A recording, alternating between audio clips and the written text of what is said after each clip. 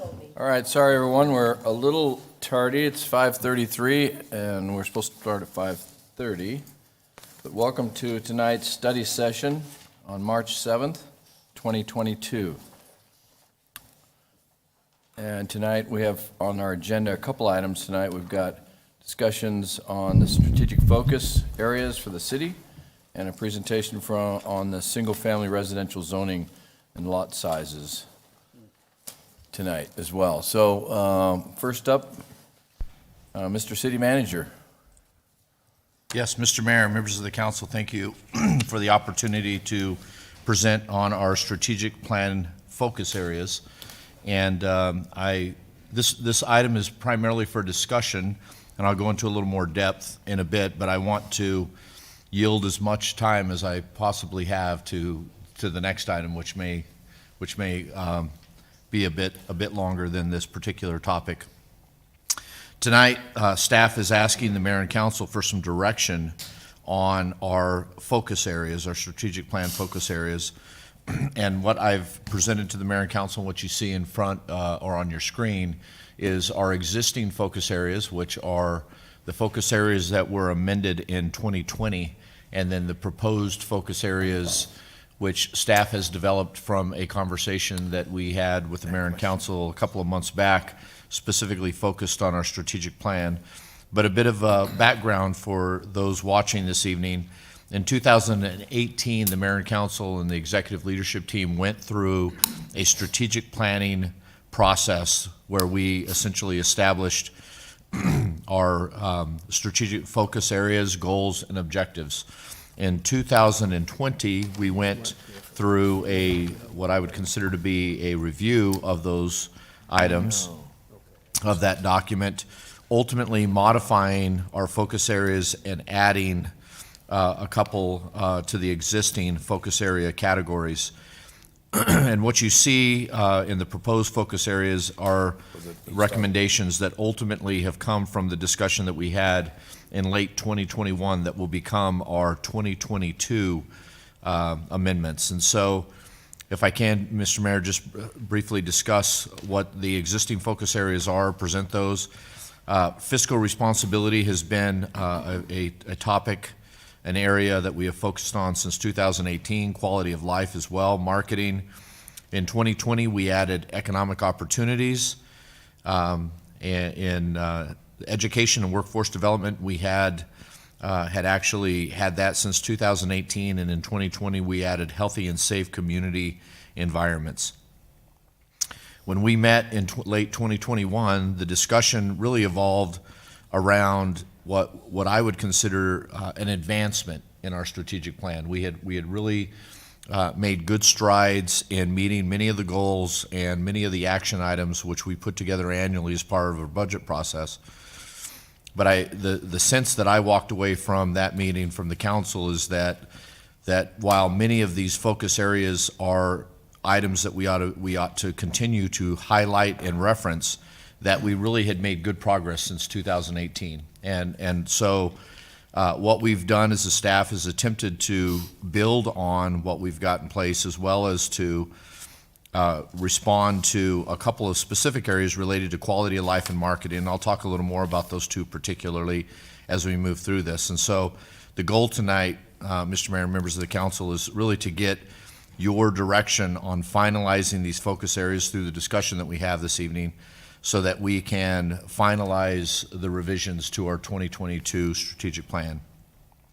So let's start with fiscal responsibility, which is somewhat specific and really focused on maintaining what I consider to be a very conscientious and focused fiscal response to providing the level of services to the community. But at least in the dialogue that we had in late 2021, there were council members that had expressed the fact that it needed to be a little broader than just fiscal responsibility. And so the recommendation that staff came up with from the discussion is to change this to financial stability, which I think the council as a policy board really focuses on the stability, the long-term financial stability and sustainability of our financials That would include both the revenue generation from a stability perspective. It's abundantly clear that the council has been very, what I consider to be conservative when it comes to taxes and raising taxes. That's apparent by our sales tax rates that have been the same for over 30 years, our property tax goals that we set each year, and then a sustainability plan that ultimately looks at our expenditure side of the equation as well to ensure that we can not only maintain a level of service, but more importantly, set aside fund balances that we essentially reserve. And so, are there any specific comments or questions on the financial stability and sustainability versus fiscal responsibility? Anybody? None on that one? Moving on to the next item, which is quality of life. And I will tell you that from a staff's perspective, we struggled with this a little bit, and because I think everybody agrees that quality of life has to be one of the areas that we ultimately are really striving for our residents and our organization, our community. But quality of life can be very, very broad, and that really is where the discussion ensued that day. And at least what I heard, and I think what the other staff members that were present there that day, is trying to find what we would consider to be language that can be established in these through these focus areas that really separated what I would consider to be events and expectations and just the way we do business versus what I would consider to be actual projects, physical capital projects. And the mayor and council may recall that in our 2018, our 2020 quality of life, there was just a plethora of goals and objectives that would get established under quality of life. And so as we sat down and began to evaluate that and attempt to come up with a focus area, what we ultimately came up with are really two, and the two work together, and I'll bring in the marketing component here in just a second, which was an existing focus area. But what staff has proposed tonight is on the community fulfillment. It will really focus on items such as events, such as diversity, such as what I consider to be elements that we can do in our culture and or provide to our residents that just really feel good, that improve the quality of life. Whereas under community and quite candidly, marketing will become part of that. Instead of it being a focus area, marketing becomes more of a subsection of community fulfillment. Community enhancement is more focused on capital projects. If you're wanting to upgrade a park, or if you're wanting to do some type of improvements, for example, on Florence Boulevard, so it becomes very project oriented, and projects would be established as part of our goals and action plans specifically. And so, but I realize that we we lose the quality of life statement for fulfillment and enhancement. And so, again, just looking for some guidance with the mayor and council. Yeah, Matt, go ahead. I think all of the proposed focus areas kind of filter towards quality of life. Because Right, that's exactly. our main goal. And then by doing the that's true. projects, it's a lot more measurable as to what we've accomplished, whereas you can say quality of life, we made it better. But, with the I like that because then we have measurable outcomes Exactly. that we can do. Because I think at the top of our pyramid, if so to speak, would be quality of life for all of these. Right. It's a fantastic, Yeah, it's a that's a good point. fantastic observation, and I think that when you look down, even our existing focus areas, every one of those have some element of quality of life in it. Yes. Yeah, they do. Mr. Powell? Quality of life used to be one of the main reasons to locate here in Casa Grande. People that came in liked it. It wasn't a dense community. It was pretty open, and there was a lot of things available. And the quality of life was very important, and a lot of them really enjoyed it. I don't know if we're to the point today with everything that's going on, if the quality of life really fits. I mean, it's good to have it there, and it needs to be there. But it's just, what do we need to do to hear from the people out there? What defines the quality of life for them? What do they want to see? Yeah, Larry, I agree. I think your original statement was that quality of life is a pretty broad statement. And to Matt's point, really everything we do points to quality of life. Meaning everything that we work for our citizens, which we are elected by, is to improve or try and improve, make the right decisions to improve our community's quality of life. So, whether it's a road or whether it's a school or a fire station or whatever it is, those are all, in my mind, quality of life. Trash, Quality of picking up life, those yeah, all trash, everything, all that stuff is all points to quality of life. So I don't have any problem with it. Even the enhancement, I mean, I've read through all these several times, but anybody else have any other comments that they want to make? Yeah, go ahead. I like the idea of continuing to promote things that are going to build relationships within our community. I think that's what makes our community unique Yeah. and keeps us from turning into a bedroom community. And I think we saw the difference between our community and a bedroom community at the state championship football game this year, where we had 10,000 people there. We had Matt Herman stuff it into his Letterman's jacket that was 20 years old. There's that sense for of saying pride 20. in the relationships that we want to keep going, and how we keep that going is, a lot of the electric light parade and some of these activities that we do that continue to keep people connected to our city. Yeah, no, and I totally get that. That's what makes Casa Grande unique, is we are not a bedroom community. We are our own community because we don't touch anybody. It's not like Chandler, when you drive through Chandler and all of a sudden now you're in Phoenix, and then you drive a little further, now you're in Tempe, and you don't even know when you've crossed from one city to the next. When you leave that's Casa a big Grande, deal. Casa Grande, you know you've left Casa Grande. I just cry and turn around and come back. He hasn't been north of the Gila in how long? Well, because he's a smart man. He doesn't go up I-10. Mayor. Go ahead, No, and Lisa. I understand taking out the quality of life. The only thing is, I think community fulfillment is very broad too. And so Sure. I think when you look at these separate, you have community because this will be the focus areas. Right, that's correct. I'm just, I don't know if I love the word fulfillment, but I don't know if there were any other words you played around with that possibly just, and should it be community fulfillment? Is there something else so then you don't have community fulfillment and community enhancement? Because I think fulfillment is very broad to me.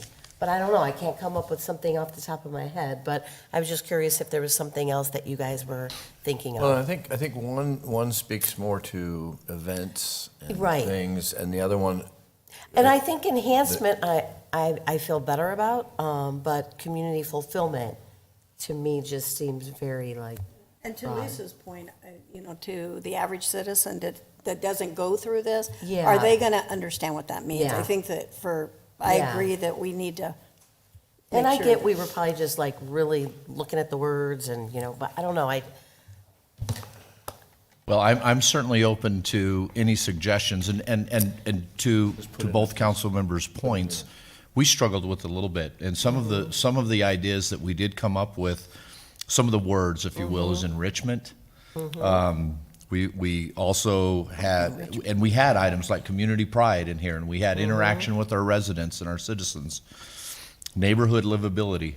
Mayor, when he's done. And so again, from staff's perspective, I understand the comments that are being made. I'm just not sure of the exact terminology Yeah. that works there to meet what we're trying to express. right. Mr. Bell? Oh, I'm sorry. Oh, that's all right. Bob, you want to go? Go ahead, Well, Bob. I was just going to say, I'm certainly open to another word other than fulfillment. But one thing is, we're seeing these focus areas in a vacuum. We're not seeing them on the strategic plan.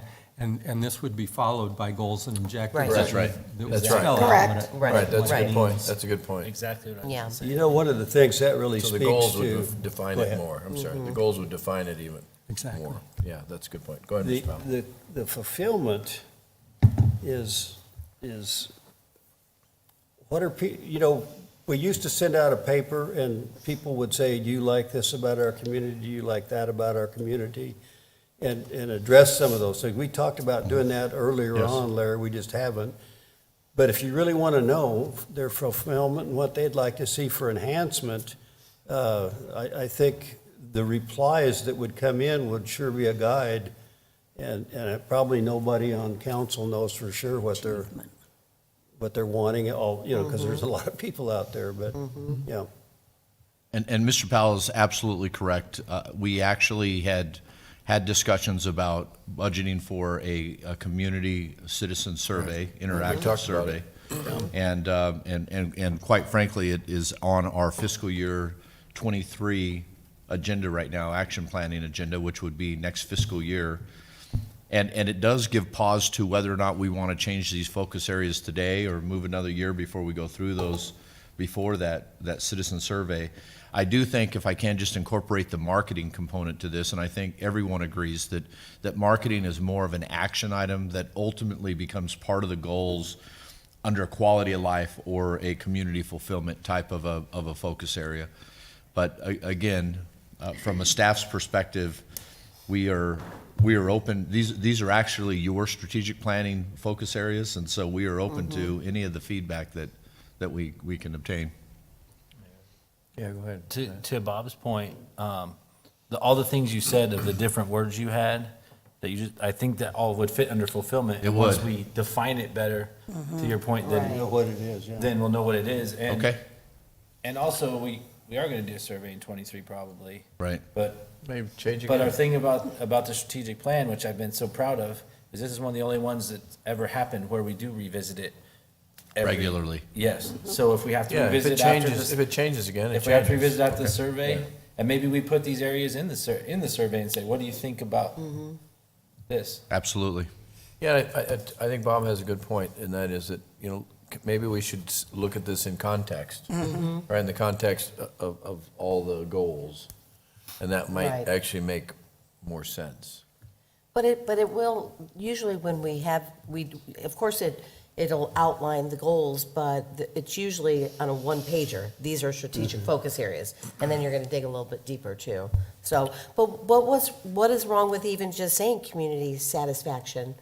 I mean, that's what we're gonna be doing, a community satisfaction survey, is that just too That's what we used to do. simple, saying satisfaction instead of Well, fulfillment? Well, but see, fulfillment is like a Fulfilling, process. like It's a process Right, versus, the other is more of a feeling, right. and a wannabe kind of feeling. But isn't fulfillment a feeling too? No. You're no, it's fulfilling, because you're fulfill- saying it's the community. Fulfillment is the execution of something. Right, So like fulfillment centers, like they process coupons, for example, okay? That's the that's what they're defined as, fulfillment centers. right, So they're actually processing something. okay. I guess I'm looking at it more as an individual, if you feel fulfilled. Fulfilled. Right, Fulfilled I in got the it, but that's not what community by- fulfillment means. though. Right, So, okay. Going back to quality of life, I think you'll find still in our community, a lot of people that really don't like a lot of density, they like it to be more open. We have developers that want to come in and create a lot of density. We had somebody trying to say we needed to rebuild this thing that was built in 1921 that we're in. I mean, we should really appreciate and treasure this building. And because it's not like Chandler, or it's not like someone else. So I think if you ask people on those questions, what is your questions as far as the quality of life in Casa Grande? And one of the things that's really developing is the entertainment areas are getting a lot better, and you don't have to drive as much. Mr. Mayor, from that particular element, I think I've gotten enough to offer a couple of options to the council before we finalize the strategic plan for Oh, yeah. the revision. If I can, just quickly move to the other items, just to make sure that the council, and one of the ideas that I've had is we can still maybe call it quality of life and have two subcategories for whatever it may be, of fulfillment and enhancement. So there are some options there that I think that we can work through. Under economic opportunities, again, the word expansion primarily is really a change where I think we're at today with our with our economic moves. And the fact that before, it was, we would see, you know, a new project coming to Casa Grande every couple of years. And today, we're seeing that more regularly. Certainly not advocating that that's something that's going to continue on the pace that it has been, but I think that the word expansion, at least in our mind, gives us a better opportunity to really begin to define what we expect out of economic development today versus just anybody that comes to the table that we're pleased with. So if that's fine, I'll leave that one. And you see really the same, what I consider to be transition in the education and workforce development. And I know we've had this discussion prior. I think we're one of the very few cities that had anything in our strategic plan related to education and workforce development. Because we have such a small role, particularly in the education component. But it was abundantly clear to me that the council's goal, at least in 2018, 2020, was to really be a leader at the table of collaborative efforts. And what we're seeing today, and I know all of you have read some of the memorandums that I've put out or the updates about the type of interaction that's going on with our two school districts here in the community, with CAVIT and with CAC, and even some of the other universities that are around us today, that really that is beginning to expand, and we're advancing those efforts. And so we ultimately ended up moving from development to advancement. It'd be nice to explore on getting somebody here that can give a bachelor's degree. Those discussions are actually underway. It's good. And then lastly, healthy and safe community environments. We've moved to really a category that added the word vibrant. I think you'll see the same, very similar goals in that area, but what we're looking to do is outline what we're attempting to achieve, which is a healthy, safe, and vibrant community in that particular category. Which is also a quality of life point. It definitely does apply to quality of life as well. It's inclusive, isn't it? Yeah. But that's very self-explanatory. Yes, No, it no, is. I It like is. it. I like Yeah, it. so what I'm hearing this evening, Mr. Mayor and members of the council, is that we will look at the community fulfillment enhancement in context of quality of life. We will move marketing into likely a goal or an action item because it's more of a deliverable. And we'll begin to incorporate some of the goals and what I consider to be short-term action items into a document for your review, and try to put our final stamp on that, likely around the same time that we're planning to have our fiscal year 23 budget retreat in April, if that time frame works for all of you. Yeah. I think you're getting head nods. Perfect. All right. Well, I'll yield the remaining portion of the time that I had available to Mr. Paul Tice, who has a more riveting discussion this evening. Mr. Tice. Well, we'll see, Larry. Thank you. Mayor, members of council, I'd like to use this presentation this evening to have a conversation about the types of residential subdivisions that you would like to see developed in Casa Grande. And specifically, we're going to talk about some lot sizes and some setbacks and other aspects of subdivision design. As Larry was talking, and I was looking over the list of strategic plan focus areas, the thought occurred to me that a lot of what we're going to talk about this evening is going to fit right into those focus areas that you're reviewing. So with the passage of the Groundwater Management Act in 1980 in Arizona and the creation of the Pinal County Active Management Area, Pinal County AMA, a regulation was created that essentially stated that all new lots in subdivisions had to have a certificate of assured water supply that guaranteed 100 years of water supply for each lot. Now, there are some exceptions to that rule that we're going to talk about in a minute, but that's generally the rule. As planning staff evaluated where the residential growth would occur in Casa Grande, in conjunction actually with the general plan, the 2030 general plan, we reviewed the database from Arizona Department of Water Resources. We reviewed the records of Arizona Water, and we identified all of the subdivisions that had vacant lots in Casa Grande that had certificates of assured water supply. And that was a really interesting analysis, and because what that told us was two things. One is how much development we had potential for new residential developments, new residential subdivisions, and specifically where they're going to be located. And so the map you see on the screen does represent a point in time where all of these subdivisions had vacant lots and had associated cause. Now, since we've developed this map, some of those subdivisions have actually been built out. They no longer have vacant lots. Ghost Hollow would be an example, and there's other subdivisions that you've seen over the last 2 years have filled their vacant lots. So it's a moving target. Every day vacant lots are consumed by new buildings.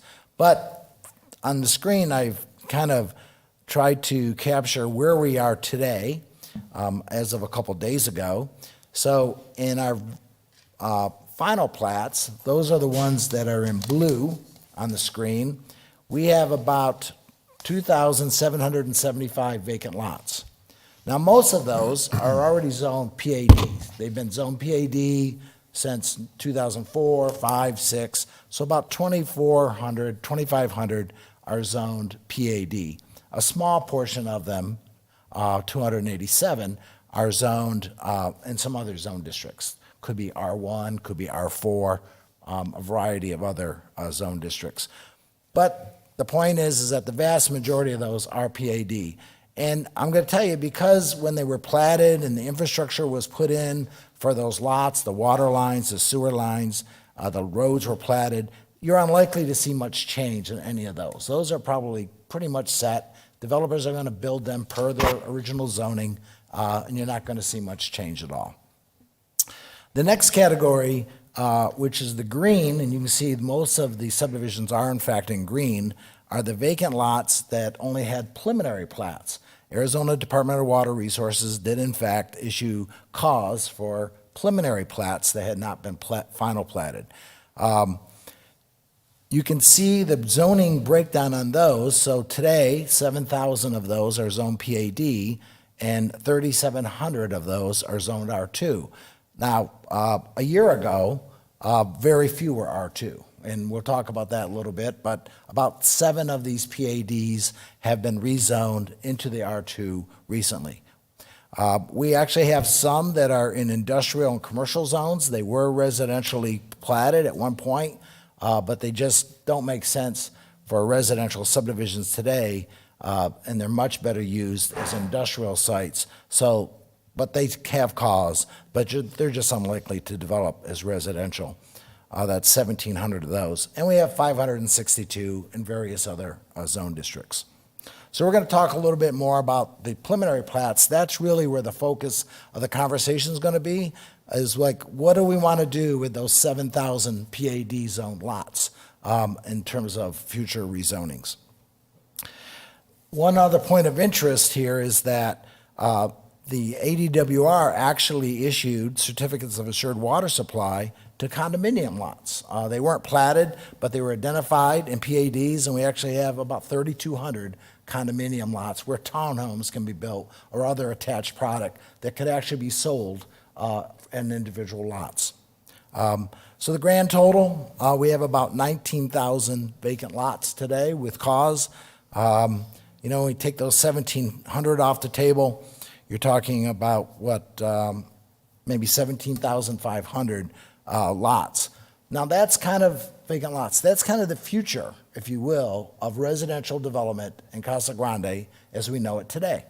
Unless ADWR changes the water model and decides to issue more cause, or new waters brought to the table, new water sources, as we know it today, 17,000 lots is about what we have to develop.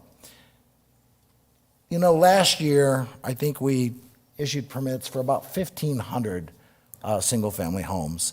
So if you think about that, that's about 12 years of supply of lots that we have until, the residential developments, as we know them today, will kind of stop unless things change with the issuance of cause. So I just want to put that in perspective because that's important to think about that context of that as we make decisions and about what zoning districts we may want to put these 17,000 vacant lots in. So I mentioned that there are some exceptions to the cause rules. I just want to review those with you so you just have an understanding. One is subdivisions with 5 or fewer lots do not need calls. So people can buy little infill sites and subdivide them to create 5 or less residential lots, sort of like the one you see on the screen on the top row, and they don't need calls. Subdivisions that are served by water companies, they have designations of assured water supply, such as the Casa Grande owned Copper Mountain Ranch Water Company and Global Water Company. They're under a different set of rules. So they don't necessarily, they have a defined water supply by ADWR, but they get to allocate it without cause. They get to allocate it within their allocation. It's fair to say, though, that any new residential subdivision served by Arizona Water will need cause, other than those with 5 or fewer lots. Apartments do not need cause. Build-to-rent projects that you've seen, those units do not need cause. Manufactured home parks do not need cause. Now, that assumes that these units are not leased for greater than 1 year. There's actually 1 year lease criteria in ADWR rules, but essentially you can build apartments, build to rent, manufactured home parks, and you just negotiate with Arizona Water on a water service agreement, but you don't have to have calls from ADWR. So I guess the takeaway for me on that is, you know, when I talk about the 17,000 lots and the growth that can support, there will be other residential growth, there will be other ability to provide housing for our residents within these kinds of categories as well. The last year, there was a very significant and interesting change made to this ARS statute that's on the screen that governed how cause may be modified with existing subdivisions that had vacant lots.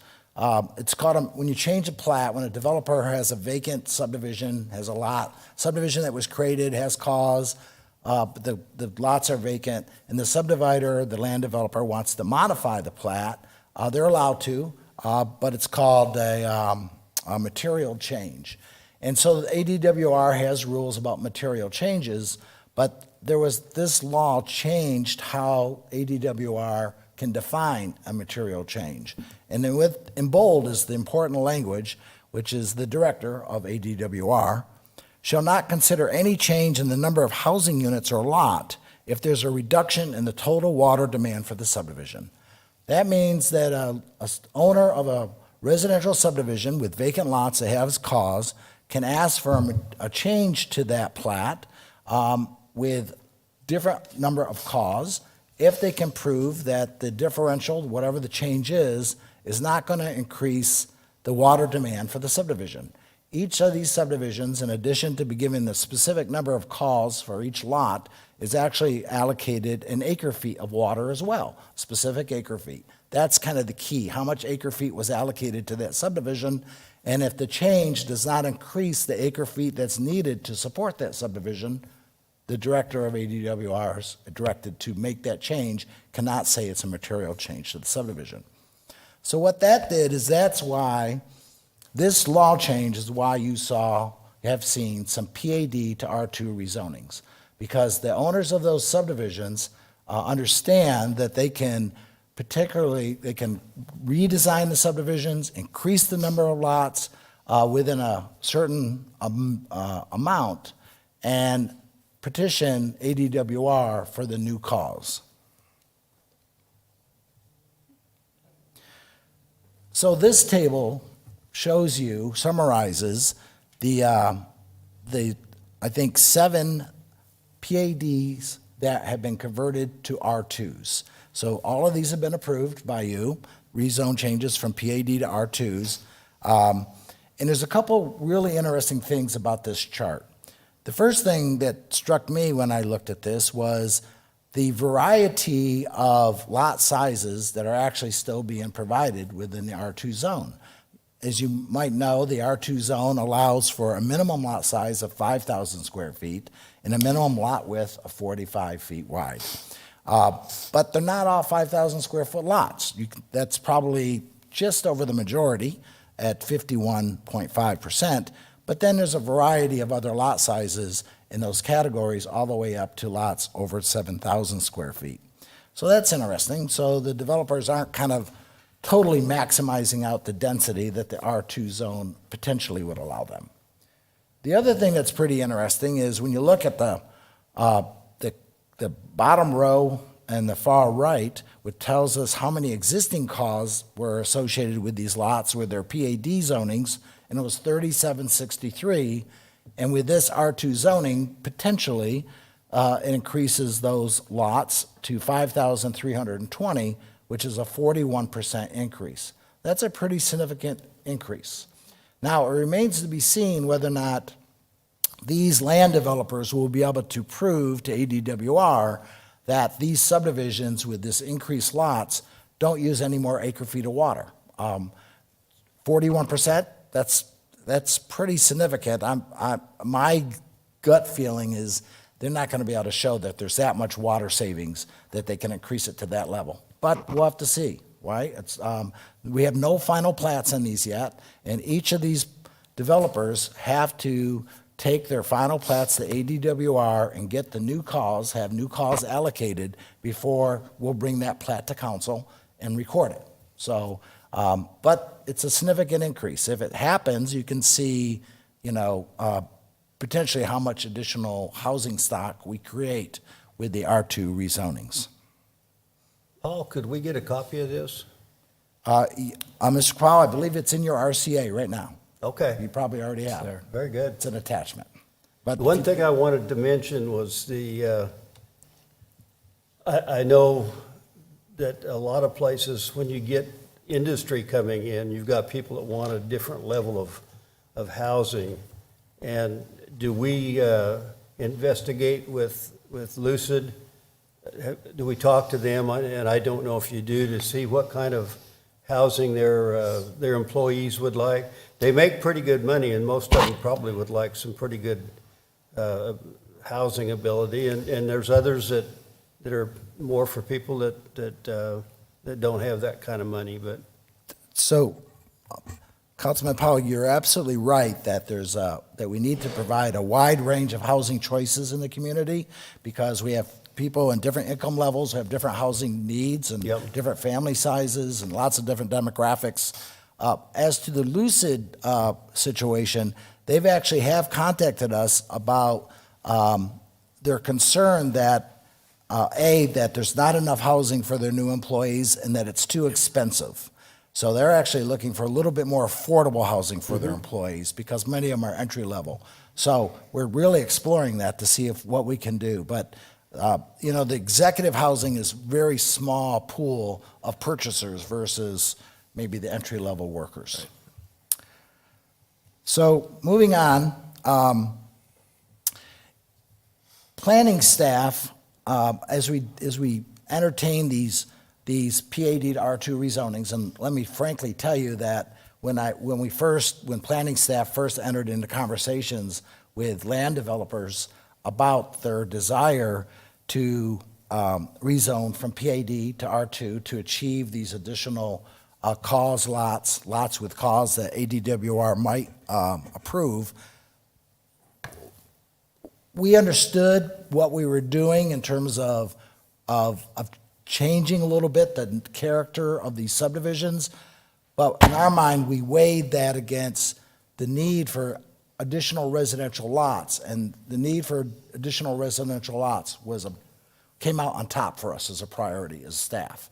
But we also wanted to maintain the quality of those residential subdivisions for the community. So in an effort to do that, what we recommended is that we impose many of the same lot design standards and housing architectural standards and landscape standards on these R2s as we were doing on our PADs to try to keep them at the same quality, while allowing land developers to increase the number of vacant lots and take advantage of additional cause. Also, through the processing of some of these zone changes, the Planning Commission recommended that we additionally increase the open space requirement. The PAD open space requirement is 15%. The Planning Commission recommended that that be increased to 20%, because these smaller lots that were being created with the R2 had less private open space, and they felt the need for more common or public open space within these developments. And of course, council has enacted that requirement as well on the Planning Commission's recommendation. So we think we've tried to do a good job of maintaining the quality of these subdivisions, these R2 subdivisions. However, we still hear some concerns, and the concerns are valid. I'm just going to walk through them, what they are, and tell you,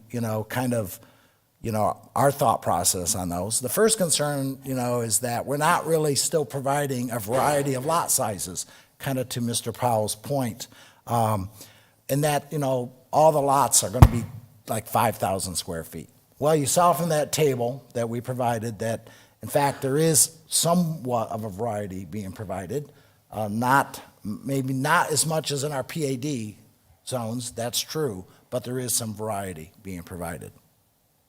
The other concern is that the side yard setbacks are inadequate. In the R2 zone, those setbacks are 5 and 5, minimum side yard setbacks, creating 10 feet between adjacent homes, but that's too cookie cutter of a feel. There's also been a concern expressed that the narrower lots with the minimum lot width of 45 feet will reduce the amount of on-street parking and create congested neighborhood streets. So, as I mentioned, the data shows that there is some variety of lot sizes being provided, not to the degree that we had in our PADs. In our PAD zone existing, the minimum lot size is 6,000 square feet, but anytime you create a lot less than 7,000, you have to have an equal number above 8. So in our existing PADs, the range is from 6 to 8 plus, right? That's what we're getting in our PAD zone. This is what we were getting in the R2 zone. You can see in the graphic, which is really a layout of one of the R2 subdivisions, there's some variety of different lot sizes included in the design.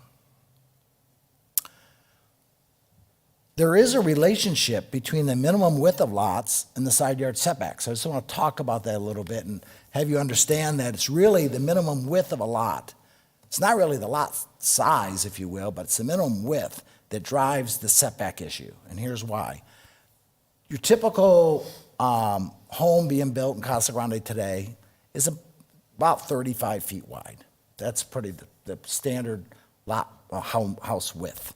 And so you need, and then with the R2, it's 45-foot minimum width.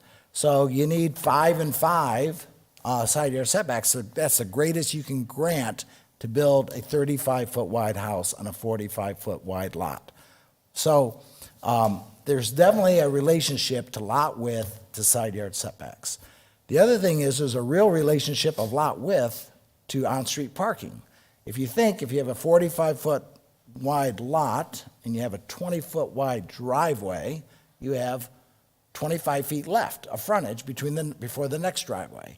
So you really get enough room for like maybe park one car in front of each lot. And so depending on, most of these driveways can still hold at least 2 cars, and most of them have at least 2-car garage. But any on-street parking can end up with being, just a line of on-street cars, not that many gaps between the parked cars on the street, sending a feel of congestion. So, and that's a legitimate concern. Let me back up one here for a second. Okay.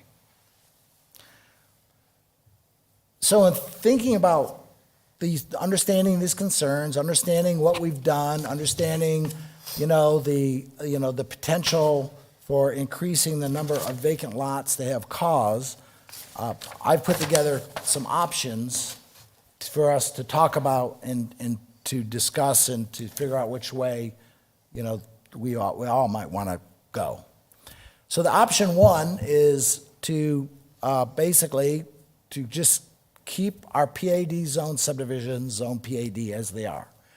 You have a lot of discretion, council has a lot of discretion, as planning commission does, in considering zone changes. And so, in most all cases, you would be within your rights to say, we're denying the zone change and we want to keep it zone PAD. I think city attorney would agree with that, that you have a lot of discretion in that regard. So, but the downside is, you get kind of stuck with those 17,000 single-family home lots, vacant ones, unless other things happen to increase the supply of lots that have adequate water supply. Option two is to stay on the path that we're on now, which is to continue to support rezonings of subdivisions from PAD to R2 with the PAD conditions of record and the open space requirement. That's what we've done with the 7 that I showed you. We can continue down that path.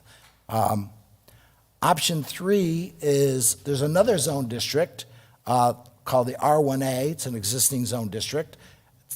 We could use that versus the R2. R1A only allows single-family homes, does not allow multifamily at any level. It also has a minimum lot area of 5,000 square feet, and it has side yard setbacks of 3 and 10 versus 5 and 5, which ends up with getting a separation typically of 13 feet between homes versus 10 feet between homes. And we have developers, land developers right now who are proposing to rezone their PADs to R1A, understanding there was concerns about the R2. So that was kind of one of the responses. There's another option, which is to modify our PAD residential design standards to allow for a smaller lot, but increase the open space. So that modification would be minimum lot size of 5,500, versus the current minimum of 6,000. But only 75% of the lots in the subdivision could be as small as 5,500. You would have 25% of the lots that would have to have 6,500 square feet. Again, today, every lot below 7,000 has to have an equal number above 8,000 square feet in our PAD. But this of 5,500 and 6,500 would guarantee a mix of lots and a little bit bigger mix than larger lots than what you might see in our R2 or our R1A scenarios. Again, the open space would be increased from 15 to 20%. The minimum lot width would remain at 55 feet, which is what it is today in our PAD zone. That 55-foot lot width will allow us to maintain the current side yard setbacks of 5 feet and 10 feet, which would guarantee that we would have at least 15 feet between structures. And as I think about it, one of the things that I really like about the 10-foot setback on one side is the ability to have a 10-foot wide gate or an 8-foot wide gate that allows vehicle access to the backyard to do things like, get in, if you're going to build a pool, get the equipment in to build a pool, if you're going to do some maintenance, some landscape maintenance, that vehicle access to the side yard a lot of times is really very helpful.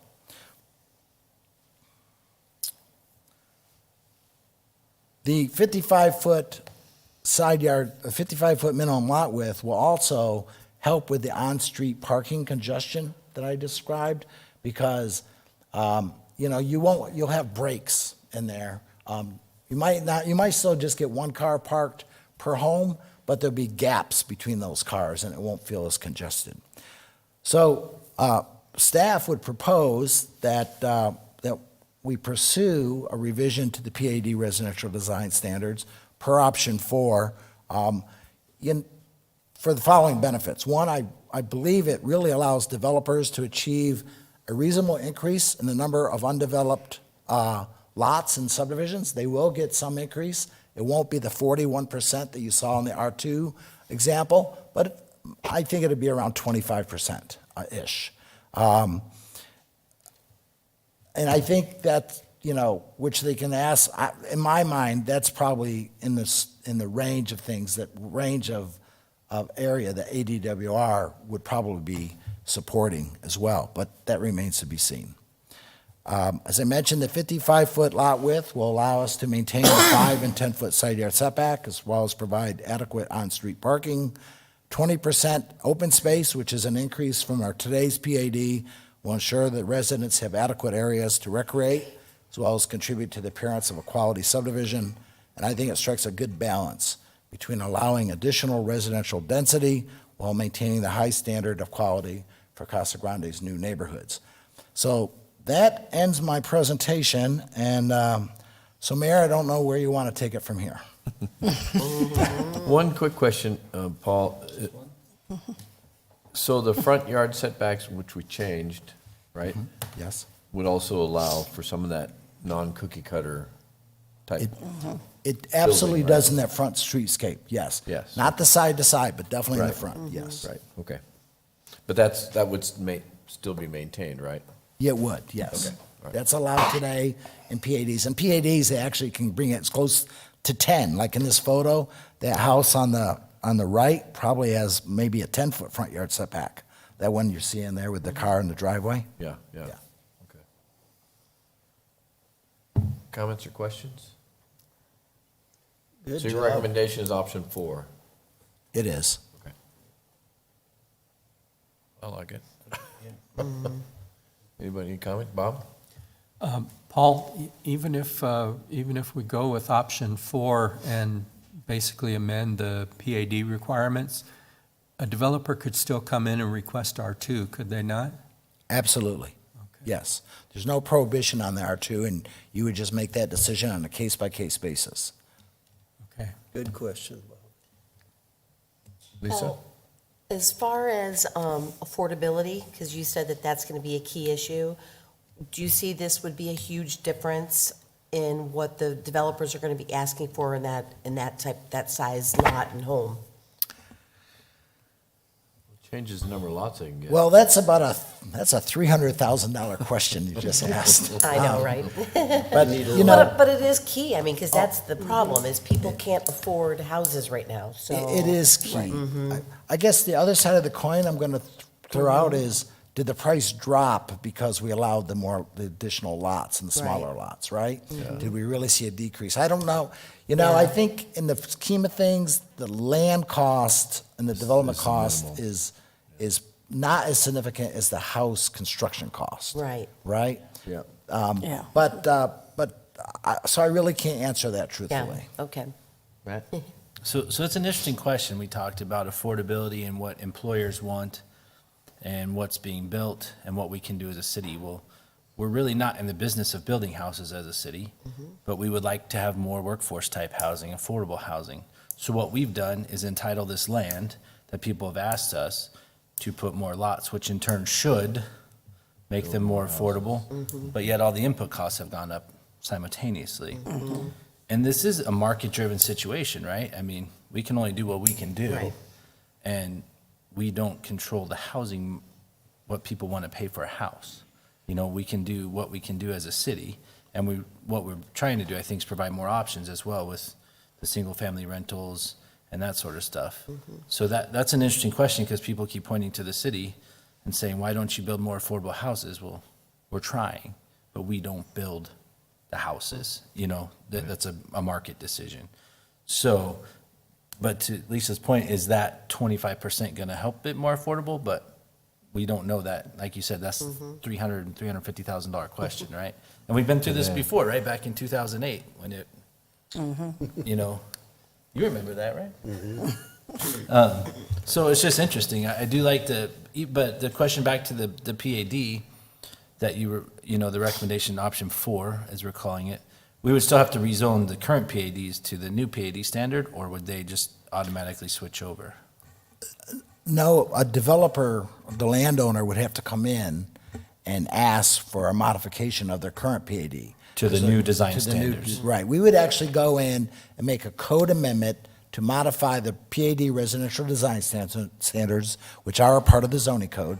So we would make this revision to the zoning code, and then, which would then allow current PADs who had minimum lot sizes of 6,000, but they had 7,000 and 8,000 square foot lots, to come in and ask for these smaller lots. The new standards. Right, this new standard. And we have to go to planning commission and the city council, just like the R2 zoning.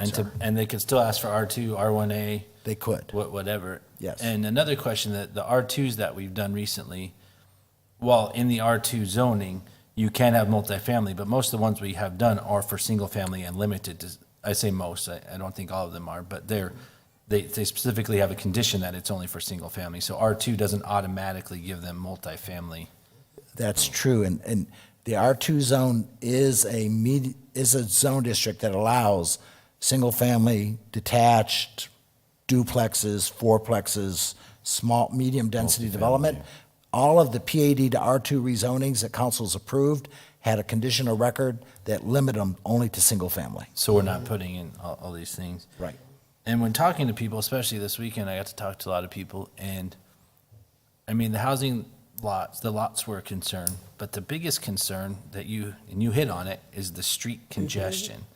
So that's kind of brought up the question of who sets I mean, I know we have a standard street width, but they could go wider, correct? But that would change the entire, it looked Well- like 44 feet is our standard street width.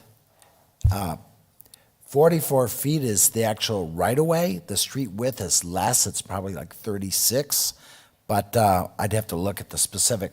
But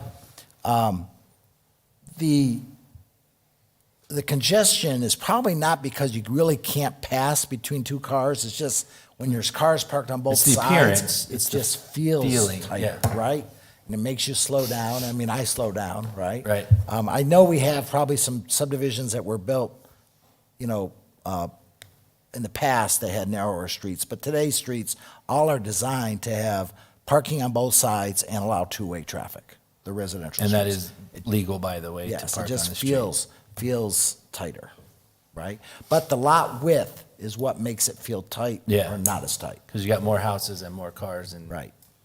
When the real estate market failed earlier on, there was a lot of people that lost their homes or couldn't afford them anymore or had to do whatever.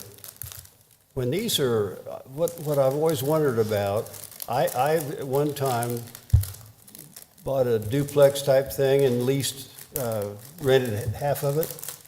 And I knew the guy and I said, tell me if you're going to leave. And he didn't have to tell me he was gone. But what I'm wondering about is what happens if they can't pay these?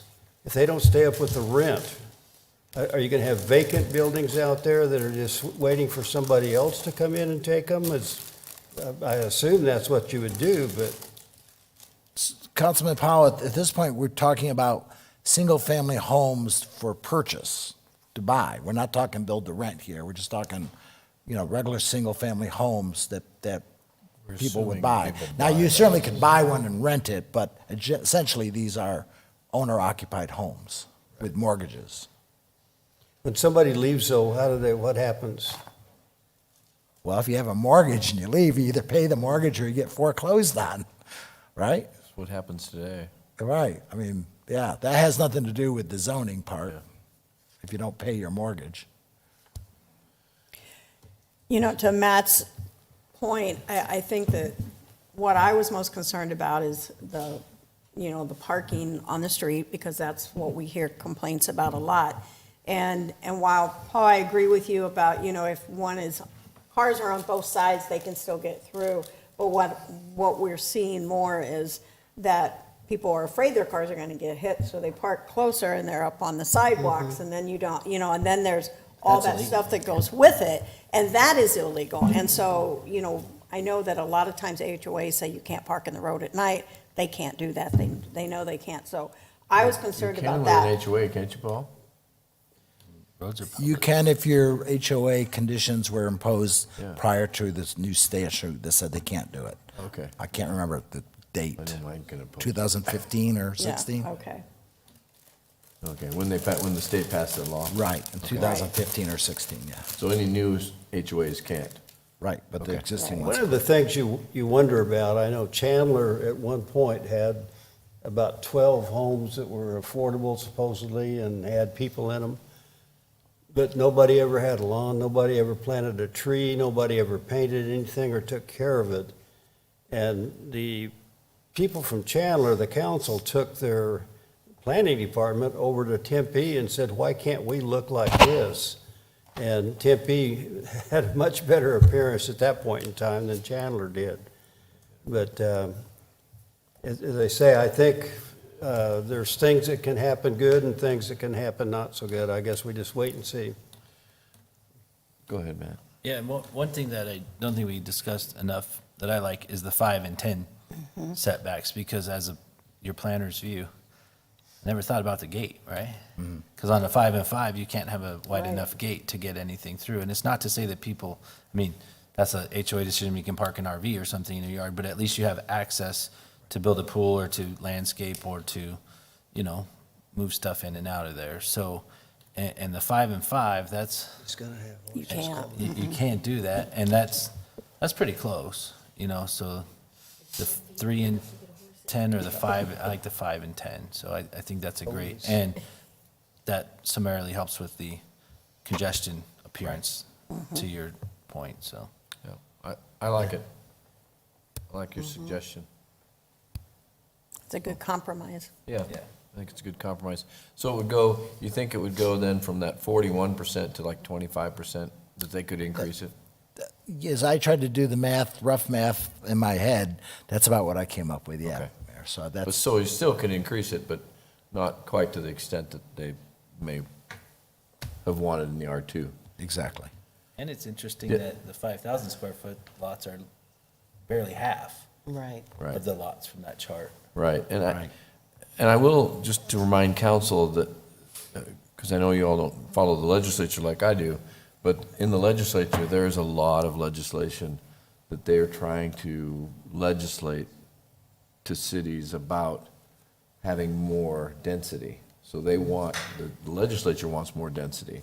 Now, we were able to defeat it this year, but they're still, now they're forming a commission now to sit down with the building industry and legislators to now talk about it, to try and come up with a compromise, because the legislature views it as a problem. Views it that we don't have enough housing, we don't have enough affordable housing, so we need to be careful, but but we also need to protect our own community as well. So it's really an odd time in our history here in the state of Arizona.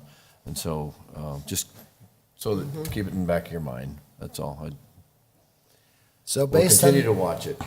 based on that feedback, staff will go ahead and draft a modification to the PAD residential design standards to implement this option. We'll take it to planning commission, hold a public hearing there, and then bring it back to council for final consideration. Okay. Sounds good. Thank you, Paul. Thank Anybody you, else have Paul. any other questions on it, or? Thank you, Mr. Tice. Thank you. All right, it is 6:37. Larry, we got some time. All right, so we'll stand adjourned until 7 o'clock, and we'll call the council to order.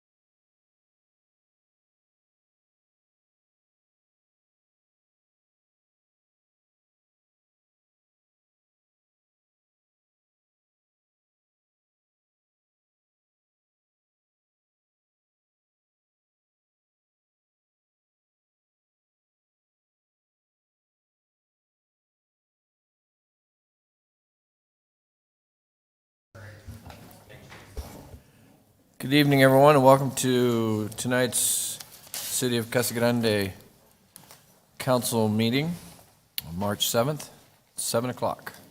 Call the meeting to order. Our first two items of business are invocation and our Pledge of Allegiance, so I'll ask Pastor Paul to come up for the invocation, and please remain standing for the Pledge of Allegiance. Good evening, Mr. Mayor, City Council, people gathered here. It's a good day to read part of a psalm, so I'm going to read part of Psalm 91 for you. He who dwells in the shelter of the Most High will rest in the shadow of the Almighty, and I will say of the Lord, He is my refuge and my fortress, my God, in whom I trust. Pray with me, please. Heavenly Father, we ask your presence to be with the City Council tonight as it conducts its business and the business of the city. Grant us your wisdom, your ways. Make your ways our ways, Father. For all city employees, especially first responders and those who put themselves in harm's way frequently, and we include teachers in that, and those who work in the medical field on the front lines of a pandemic we think is going away, we hope is going away, and we pray that it is going away. We pray tonight for the people of Ukraine, that somehow your will might be done in that part of the world, that your love might be shown to be more, to be stronger than hate and stronger than the forces arrayed against the people. We pray for world leaders and that they might be given your wisdom and your counsel, how to work together to make a more peaceful world. And Father, for all of those in need of healing, whether it's in their body or their minds or their spirits, we ask for your mercy and grace. Now, lead us, Father, as a city towards you, towards being able to make everybody's lives in Casa Grande a more productive, a more fulfilling life, more comfortable, and able to give you thanks. In Christ's name we pray. Amen. Amen. Please join me on the Pledge of Allegiance. I Pledge allegiance to the flag of the United States of America and to the republic for which it stands, one nation, under God, indivisible, with liberty and justice for all. Thank you, Pastor. You still sound good from when you were doing it. Thank you, Mr. Powell. Thank you, sir. All right, let the roll call show that all council members are present. Welcome, a special welcome to Bob Huddleston coming back. Thank you. Good to see you. Good to be here. Next item is item C, our minutes. Mayor McFarland, as far as our minutes are concerned,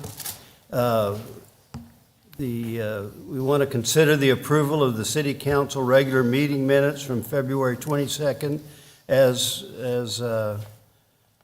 we're done. And consider the acceptance of the Casa Grande Police Personnel Retirement Board minutes from February 15th. We accept for the record. Consider the acceptance of the Park and Rec Advisory Board minutes for January 20th. We keep it, and consider the acceptance of the Casa Grande Charter Committee, who I think they have members here tonight. Consider the acceptance of the Casa Grande Arts and Humanities Commission meeting on February 1st.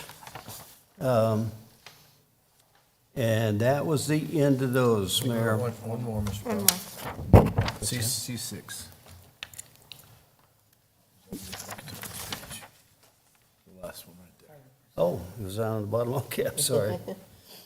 Consider the acceptance of the Casa Grande Fire Personnel Retirement Board meeting minutes of August 27th as presented.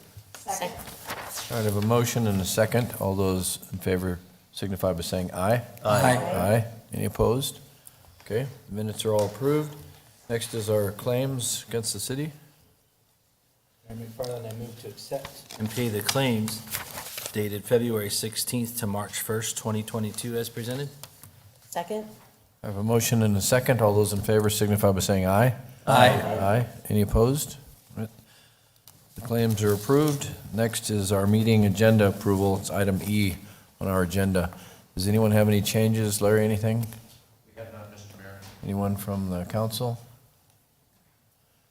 All right. Seeing none, then I'll entertain a motion to approve our tonight's agenda. So moved? Second? A motion and a second. All those in favor signify by saying aye. Aye. Aye. Any opposed? Okay.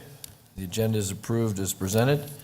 We do have a special presentation tonight, and I am happy to recognize our past mayor, Mr. Bob Jackson, who's going to talk to us have a little discussion on the charter review and the committee's recommendations to the council. Good to see you, Bob. Nice to see you too, Mayor. Good evening, everyone. Happy to be here. Been a while. You want to start the timer, Mayor? Just so that Why not? yeah. First of all, I'd like to thank all of you for letting us do this. It was kind of a fun endeavor. Certainly I did it the last time. And I remember last time when we were doing this, we thought, oh, we did a really good job. We'll never have to come back and do this again. And as we're going through it this time, we're kind of scratching our head saying, why didn't we see that the last time, you know? So I think one of the things that the committee really felt, and I think we told the council the same thing the last time, it is probably an endeavor that you ought to do about every 8 to 10 years, because state laws change, people change, and we're always coming up with things that we think, well, why didn't we change that the last time? You guys appointed a great committee. We have with us tonight from the committee Nancy Kaywood, Mike Cruz, Michelle Emig, and we also had Donovan Kramer Jr., Renee Luzon-Ben, and Rebecca Romo that participated. Your staff did a great job. I mean, we were able to really attack the issues in our first meeting and ended up only having to do 3 meetings to get through the issues. So big thank you to Mr. Wallace, Mr. Weaver, and Mackenzie Lecter for all their help. Most of the changes are housekeeping items, and I know you've seen what they were in your packet. Our committee went through each one individually and said yes or no to them, and so they are all of our recommendations. I would like to just caution you about one item that slipped by all of us until earlier this week when Brett Wallace was going through it one last time. And it dealt with a charter provision for the jail. And what the charter provision says essentially is the city shall use the county for any jail services. And the recommendation, we talked about it, our recommendation was to just change the language to allow the flexibility of the council if they wanted to go to a private provider. The committee did not have an opportunity to vote on that one. We did send an email out to all of them to see if any of them had a heartburn with it. I got one response back that said they were fine with it. Heard nothing else from any of the rest of them. And honestly, knowing the committee and the time we worked together, I don't think any of them would have a problem with it. But I wanted to make sure you were aware that that was an issue we did not talk about. It came up kind of after the fact. There were 3 items that we talked about that I wanted to touch on because we had a lot of discussion about it. And I know you get our meeting minutes, but I'm not sure that they necessarily did justice to the things that we talked about. First one was the mayor's term and term limits. I think the council, or the committee was very much in favor of changing the mayor's term to 4 years instead of 2, but felt the term limit of 8 years was appropriate. So the recommendation is to just change the mayor's term from 2 to 4 years. And the language that's in there says something about an 8-year total term, so we'll just leave that alone.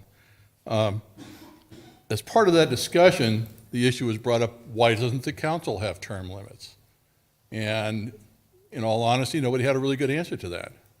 So our recommendation to you is to look at a council member term limit of 3 terms, which would be a total of 12 years. Would not go into effect until the charter changes go into effect, which would be after the next election, assuming that it gets passed. But we did feel like it made some sense to go ahead and put some council term limits in as well. The other item that is probably not a significant change, but it's a different way to do business, dealt with the judicial selection. I know Mayor McFarland, myself, I had a long conversation with Mayor Mitchell, and doing a 2-year, or you'd have to change to a 4-year with the new selection review, or if the mayor's term gets changed. What happens is that if you're happy with the current judge, we go through an exercise where a lot of people spend a lot of time, candidates spend a lot of money, have a lot of hope that they're going to become the next judge in or city magistrate in Casa Grande, and we go and reappoint the incumbent. And there's nothing fundamentally wrong with that. But we recognize that it really wastes a lot of people's time. And certainly, my wife was the chairman of that group the last 2 times, and I got an earful about it, so she was very happy that our recommended change is the council review the judge every time, every 4 years when the mayor's change. But you decide whether you want to go out and do a selection or whether you're happy with the current judge. If you're happy with the incumbent judge, you don't go through the process. And our thought was that that will help those people that are applying from out of town to not essentially waste their time coming in to do that. And Mayor McFarland, I know I didn't talk to you. I don't know how you feel about that, but I suspect you felt like Mayor Mitchell and I did about that. We also recommended that with the housekeeping items, and we did this the last time, I was fortunate enough to do the last charter amendment committee as well. We took all of the housekeeping items and bundled them into a single issue for the voters to look at, because we felt like they were pretty innocuous and we wanted to make sure that they got passed. The ones that were not so innocuous in this case would probably be the term limits for the council and the term of the mayor. We would recommend that you look at those as a separate issue, whether you do 3 or 2 with the mayor council term issues combined. Up to you, but that was our recommendation, that you look at doing them as separate issues so that you don't run the risk of not passing those housekeeping changes that really need to be made. So with that, I thank you all for letting us do this and be happy to answer any questions you might have. Very good. Anybody have any questions? Bob, I did want to kind of call out the committee and thank you all for the time you've worked on this, Nancy Kaywood, Michael Cruz, and Michelle. I see Michelle's here and I see Michael's here. Yourself as the chairperson, thank you, and Donovan Kramer, and Renee and Rebecca Romo. So really, I know it's time that you were not paid, so I appreciate that. And thanks for your service on this. Our pleasure. Thank you, sir. Thank you, Yeah, Bob. yeah, go ahead, Lisa. Almost. On the term limits, were you able to, as you guys, talked about this, did research on other cities to see if it is common? I know a lot of cities do have the mayor, with the 4-year term. So is it pretty common for city councils to have the term limits at 12 years? That's a great question, Councilwoman. And yes, we did ask that question. Mm-hmm. And if I'm smart enough to have made a copy of that, I will tell you, if not, potentially, Steve might have it. There was 11 other cities that had council term limits Okay. out of the 90 cities. There were Out of 90? 91 cities and towns. It was not Okay. common, and frankly, I was a little surprised when the conversation went that way. I mean, we talked about the mayor term limit, and they said, well, how come the council doesn't have a term limit? And we're like, and then we asked Stephen and his staff to help, and they did the homework and said, yeah, the 11 did, but we felt like we'd throw it out there. At the end of the day, you guys get to make the decision what you want to do. We're just a recommending body. And can you tell us what some of those comments were? When those discussions came up? What were the discussions? We got into a long conversation about how important history is sometimes. And certainly, Mr. Powell, I think you told me the other day you've been on the council for 25 years. history is important, and we really recognized that that was important, but we also felt like there needs to be turnover in councils. And, you know, as I stand here today, there's essentially three of you that were here, well, yeah, three of you that are here today that were here 6 years ago when I was here. But two of you came on while I was on the council as well. And so as we talked about term limits, they asked me, you know, is there an average that most council people locally have served? And I said, I don't know that there's an average, but my experience has been in the 30 years I've been here, usually 10 to 12 years seem to be about the limit of what council people serve, not because they couldn't serve longer, and certainly Councilman Powell is an exception, but I think most people, that's, you know, you start getting kind of burned out at about 10 to 12 years. And so that's how we came up with a 3-term limit. And I think it was really prompted in the fact that the mayor has a term limit. The turnover does help. There's a plus minus to it. Like I said, there's some advantage to history, but also felt some new viewpoints is not a bad thing either. So I don't know if that answers your question.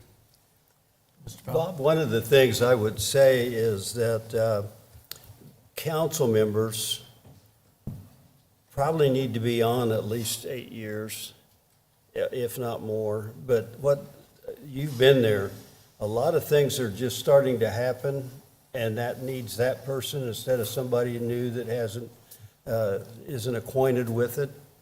And so whatever you guys decide is fine with me, but I think that giving council members at least 2 4-year terms would kick it out there where you could discuss and do some good. They're recommending We're recommending 3. Oh, 3 4-year terms, good. So we give them 12 years total. See, my 25 don't look so bad now. You doubled it. You Yeah. doubled it. And again, Lisa, it was one of those issues to where it had come up.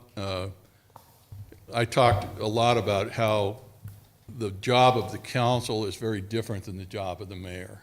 And so I think that council people play a very important role, but the mayor ends up being kind of the person that people look to. And so maybe that's the reason why they didn't put term limits in when they did the charter in 1975. But I think, don't the voters to me, the voters term determine limit. that They do. too.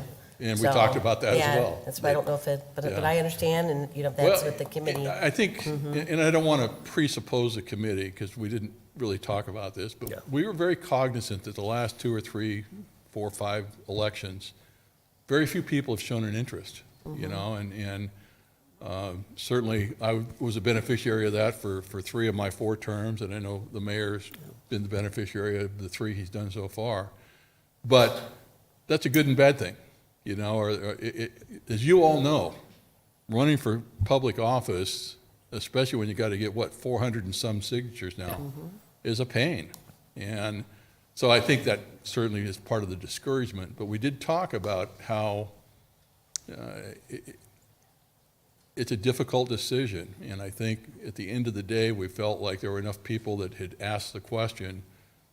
We said, we'll recommend to the council, put it on the ballot. You can, again, these are our recommendations. You don't want to do it, that's fine, Thank you. We had a lot of discussion about it, though, at our meetings. Matt? So, well, I see the point of the mayor running 4-year terms, and I agree, because it's a lot of work to run every 2 years. But the one thing that is strange now is that if the council serves staggered terms, so if someone on council wanted to run for mayor, did you guys discuss that part about having to We did. resign, Yeah, well, I mean, technically, if you're mid-term, if like, I don't want to pick on Lisa, but she just got elected, or Donna, I mean, if they wanted to run for mayor this time, they'd have to resign to run too, So, yeah, we did talk about that. Yeah, it's the same But, situation. Again, and you're on everybody's cycle, though. That's true. Mayor, I'm sure you found the same thing I did. When you run a 2-year term, Oh, yeah. you're you start campaigning after the first year in office. Yep. So that means you have a year to figure out what you're doing, a year to campaign, a year to come back and do something, and then, so it's really not enough time, and that's why we really thought the 4-year term made sense. I will tell you, when we did this the first time, when I did it back in the early, 06 or whenever it was, issue came up then too, and we had two former mayors on the committee with me, both Bob Mitchell and Jimmy Kerr. And they were, at the time, Bob liked the 4-year term, but Jimmy said no. He liked the 2-year term because it made you kind of stay relating to the people throughout the term in office. Times have changed, I know my first election, I probably had to get 130 signatures. You poor guys are getting 400 and something now, It's hard, it really is, so. Any other questions or comments for Bob? No, I just want to thank the committee because I know that we had so much expertise on there, and having you there, Bob, you were able to give some insight, so, and the one thing I will say that I very much appreciate that I didn't before I came on this council is that I thought, well, I think the mayor should be 2-year limit, and then when we got into this and watching, and like you said, after the first year, you got to start campaigning again. That takes away from the work of the city and what they really need to do. And it is hard, but it should be hard because the community has entrusted us to sit up here, and if we don't want it bad enough to go out and get those signatures, then we should not be elected. So, I appreciate the committee. Thank you. I agree with you. Just, kind of a final thought, and then I promise I'll sit down. I've done a lot of committees like this, and I will tell you that everybody on that committee had input. They were not bashful about saying what they thought. They were great about talking through the issue and coming to a consensus. And so you guys did a great job in picking the committee because we came from very diverse backgrounds, and certainly I think at the end of the day, we all got along very well, and everybody had input. So, thank you. Great, thank you. Thank you. Mr. Bob, Mayor? before you leave, I just wanted also to, which we have, is to thank the committee and the people that have worked with you on this, and anybody that's been working for you knows you're a strong leader, so that's a good thing too, so. Thank you, Dick. And you don't have to tell people I'm 25 years at this. So. I wouldn't have known that if you hadn't told me Saturday morning. Thank you. Almost 25, right? Mr. Mayor, I just wanted to, there's obviously no action item tonight. Staff will develop the actual ballot language and bring that back at a future meeting. But if there is discussion of the council of any of those items that you're not in support of, then we just need to know that, and then we can draft the language and bring it forward for approval. Very good. Okay, I think you have a go-ahead. If anybody has any issues with that, then just see Steve later. All right, we'll move on to item G, which is our consent agenda items. All items listed with an asterisk are considered routine matters and will be enacted by one motion and one roll call vote of the council. There will be no separate discussion of these items unless a council member or member of the public so requests, in which event the item will be removed from the consent agenda and considered in its normal sequence of the agenda. Is there any changes, anything you staff wants to pull off or change? Council members? All right, anyone from the public want to pull anything off the consent agenda? Do you want to talk about any of that stuff for the trucks and stuff, or is that? No. Okay. All right, so seeing none, then I'll entertain a motion to approve the consent agenda as presented. So move. Second. A motion and a second. Gloria, can I please get a roll call vote? Councilmember Lavender. Yes. Councilmember Huddleston. Yes. Councilmember McBride. Yes. Councilmember Fitzgibbons. Yes. Councilmember Herman. Yes. Mayor Pro Tem Powell. Yes. Mayor McFarland. Yes. All right, next is item H, which is our public comments section, and just to remind everyone, I will open the floor for public comments. And please keep your comments to 3 minutes and state your name and address when you approach the podium. And please remember that these are not agendized items, so we can't have a discussion on them, but we can give direction to staff to follow up with you at a later time. So I do have a one speaker card here. Mr. Michael Cruz, would you like to go first? Thank you, Mayor, members of the council. Mike Cruz, resident here in the city of Casa Grande, was also part of the committee to put together that presented all the items discussed by Mayor Jackson. But I'm here for a different reason. Since I was here, I might as well make the best use of my time, right, while in Rome. I love this community, and I have to applaud all the great work you guys are doing. It's phenomenal. My wife and I moved to Pinal County about 7 years ago. We're both highly educated, have great careers. We could go anywhere in this country, even in this world, and find really good employment. Probably make twice as much as what we're making in Pinal County. But we choose to live here because of the quality of life. And you guys talked a lot about that today in your earlier meeting. It's a great place to live, great place to raise a family, good people, so many resources and activities and things for everyone. We're buying our first home in the city of Casa Grande.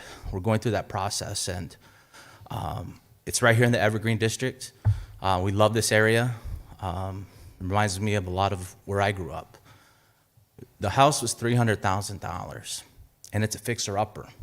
This same house 4 years ago was about $150,000.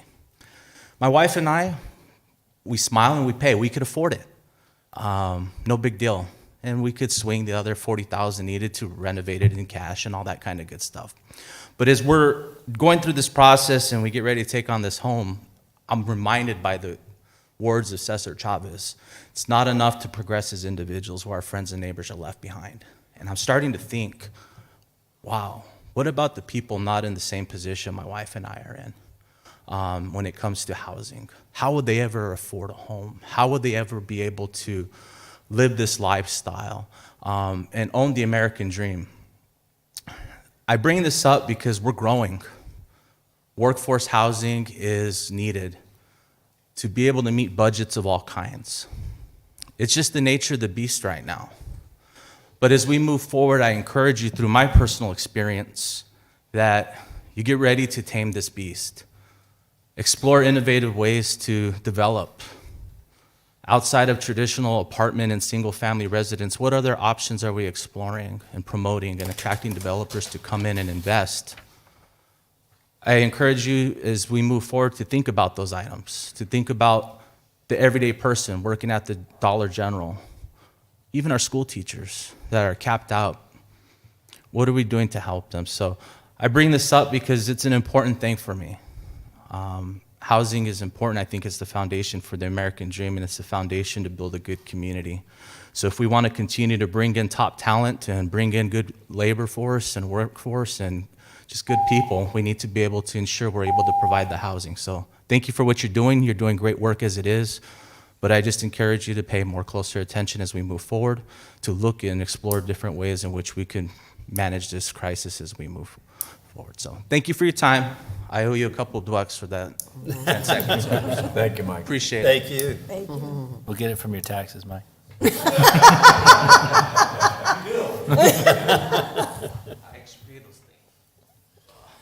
All right.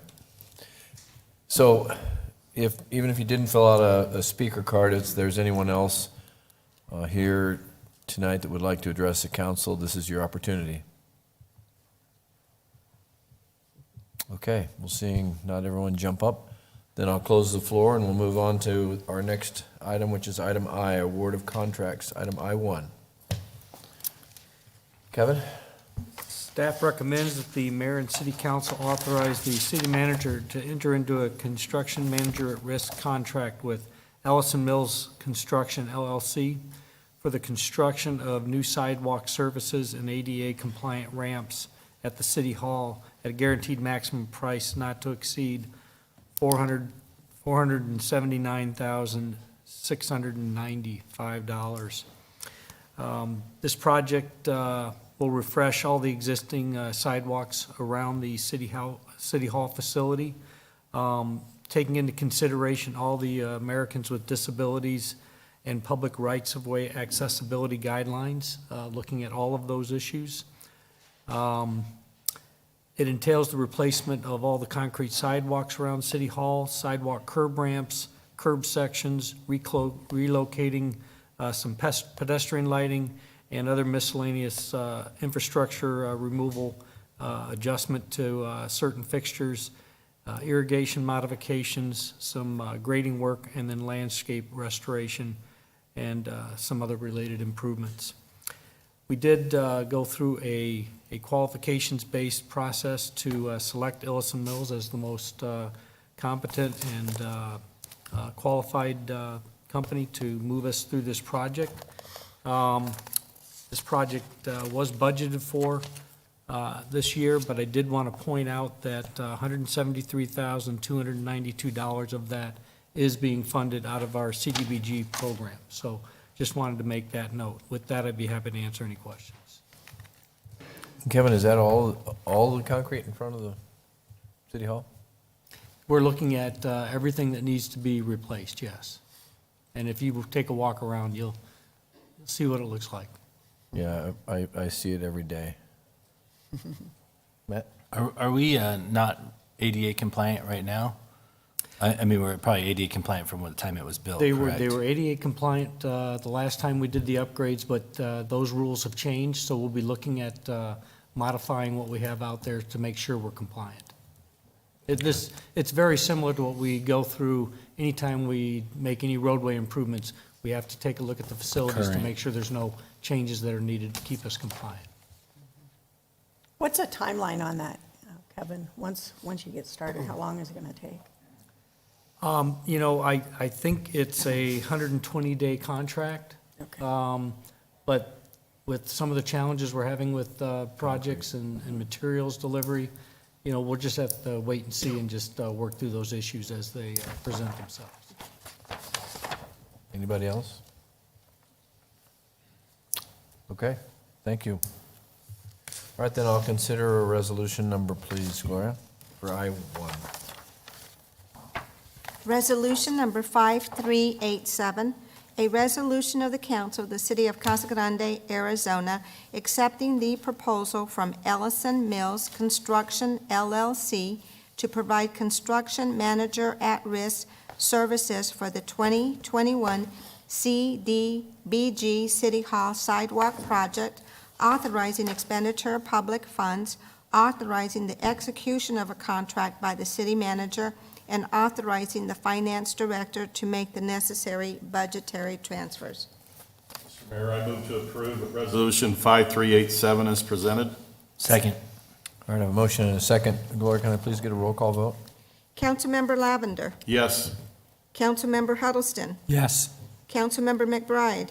Yes. Councilmember Fitzgibbons. Yes. Councilmember Herman. Yes. Mayor Pro Tem Powell. Yes. Mayor McFarland. Yes. All right, next item is I-2. Back to you, Kevin. Yes, staff recommends that the mayor and city council authorize the scope of services with Kaufman and Associates in an amount not to exceed $243,199. And that is to prepare the airport drainage study and develop an airport drainage master plan. Staff also requests authorization to disperse funds and perform necessary budget transfers to accomplish this project. City Council authorized staff to apply for an ADOT Aeronautics grant to complete the drainage master plan, and we're now ready to move forward with that in an amount not to exceed $250,000 in this year's budget. City Council did approve a 5-year airport general services contract number 0121-4 through ordinance number 3249, with the understanding that individual projects would be brought back to council and scope of services and fees would be approved at that time. So that's the process we're going through at this point. The objective of the drainage master plan is to provide a comprehensive investigation of all the storm drainage systems to address our localized flooding, ponding, adequacy of our existing storm facilities, and then it'll map out all of the infrastructure that is needed at the airport, both near-term and long-term, so that we can program those into our budgets in the future. Again, this is a project that is partially funded by ADOT, so they're covering 90% of the cost, and the city's cost associated with this project is $25,000 10% of the project. So with that, I'd be happy to answer any questions. Kevin, that's actually FAA money, right? Just through ADOT? This is an ADOT-funded project. This is not FAA grant. Okay, so it's not through FAA funds? Correct. Okay. Matt? Kevin, I like the 90-10 grants, if we can get more of those. But it's really important to see how big of an economic development tool the airport is, because I know we wouldn't have a lot of the major corporations looking at us coming to Casa Grande if we didn't have such a good, clear airport. So I appreciate you keeping up with it and just to really make the investment in the future of that airport so we can continue our economic growth cycle. So big driver. Are they going to look at drainage too, if, for example, if we extended the runway out to the west? This will look at any future improvements Okay. that we're proposing in our airport master plan, which that process is going on as well. And Right. this is a component of that, but it's always done separately. Okay. All right. Anybody else have any other comments? None. Okay, thank you, Kevin. Gloria, I'll consider an ordinance number, please, on I-2. Ordinance number 3249.1, an ordinance of the Council of the City of Casa Grande, Arizona, accepting the proposal for professional services from Kaufman Associates, Inc., to provide an airport drainage study and to develop an airport drainage master plan, authorizing expenditure of public funds, and authorizing the scope of services under the contract. Mayor McFarland, I move approval of ordinance number 3249.1 as presented. Second. I have a motion and a second. Gloria, can I please get a roll call vote? Councilmember Lavender. Yes. Councilmember Huddleston. Yes. Councilmember McBride. Yes. Councilmember Fitzgibbons. Yes. Councilmember Herman. Yes. Mayor Pro Tem Powell. Yes. Mayor McFarland. Yes. All right, next item is I-4.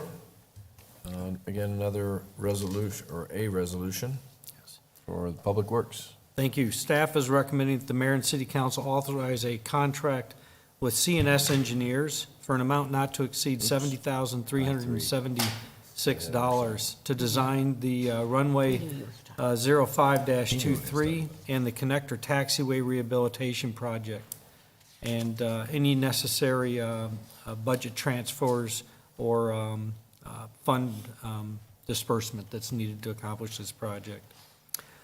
City Council did authorize to receive a ADOT Aeronautics grant to complete the pavement rehabilitation project of our main runway and the adjacent taxiway. And the total budget for that was not to exceed $725,000 through Resolution 5299. And staff is now ready to move forward with that project. City Council approved the five-year airport general services contract, as we mentioned in the last RCA, and that was developed so that we would bring these projects back individually once we had the scope and fees associated with that. So we are asking to move forward with the contract for CNS Engineers. And this project, again, is a ADOT-funded share, which is 90%, or $652,500 is ADOT's portion. $72,500 is the city's portion, or 10% of that total cost. So with that, I'd be happy to answer any questions. I'm just glad you knew what I was talking about when I said I-4, and you read I-3. So thank you. I didn't Check. have I-3 until he. Thanks for was checking. presenting it. Does anybody have any questions on this? None. Thank you, Kevin. All right, and I'll entertain a resolution for I-3, please. Resolution number 5388, a resolution of the Council of the City of Casa Grande, Arizona, accepting the proposal for professional services from CNS Engineers, Inc., to provide the design and bidding services for the construction of the runway 05-23 and connector taxiways rehabilitation project, authorizing expenditure of public funds, and authorizing the execution of an agreement. Mayor McFarland, I move for approval of resolution number 5388 as presented. Second? All right, I have a motion and a second. Gloria, can I please get a roll call vote? Councilmember Lavender. Yes. Councilmember Huddleston. Yes. Councilmember McBride. Yes. Councilmember Fitzgibbons. Yes. Councilmember Herman. Yes. Mayor Pro Tem Powell. Yes. Mayor McFarland. Yes. All right, item I4 is another resolution. And Kevin, it's back to you. Thank you. Staff recommends that the mayor and city council authorize a contract with CNS Engineers, once again, in an amount not to exceed $39,528 to provide construction management services for the the runway and taxiway rehabilitation project we just spoke of. Again, we're using the same process, the 5-year general services contract for the airport to procure this contract with CNS, and this will be for them to basically manage the project, do all the reporting requirements through ADOT, and then making sure that the project is done successfully and within specifications. And again, it's an amount not to exceed $39,528. So with that, I'd be happy to answer any questions. Any questions? All right, thank you, Kevin. Then I'll entertain a resolution for I4, please, Blair. Resolution number 5389, a resolution of the council of the city of Casa Grande, Arizona, accepting the proposal for professional services from CNS Engineering, Inc. to provide the construction administration services for the construction of the taxiway 05-23 and connector taxiway rehabilitation project, authorizing expenditure of public funds and authorizing the execution of an agreement. Mayor McFarland, I move approval of resolution number 5389 as presented. Second. All right, I have a motion and a second. Gloria, can I please get a roll call vote? Councilmember Lavender. Yes. Councilmember Huddleston. Yes. Councilmember McBride. Yes. Councilmember Fitzgibbons. Yes. Councilmember Herman. Yes. Mayor Pro Tem Powell. Yes. Mayor McFarland. Yes. All right, next is item I5. Last one for you, Kevin? Nope? I Yep. promise, yes. Yeah, okay. Thank you. Staff recommends that the mayor and city council authorize a contract with Cactus Asphalt for the construction services related to the initial roadway improvements for the Pinal Tech Park in an amount not to exceed $619,990. Staff is requesting authorization to procure this contract through a Pinal County Cooperative Job Order Contract number 175923. This is a contract that we have used for procurement in the past and want to take advantage of that to move this project forward. Cactus Asphalt will be providing paving on several sections of Ethington and Burris Road where they connect with Highway 84, and then paving approximately 70 feet north of both of those intersections. They're also going to be adjusting manholes, grades on Burris Road, hauling and placing and furnishing grading of 11,396 tons of aggregate base course on 4.5 miles of roadway in this project area. And it should be understood that once this roadway is prepped, it will be a double chip seal applied to this roadway, but that's being done under a separate contract that we already have with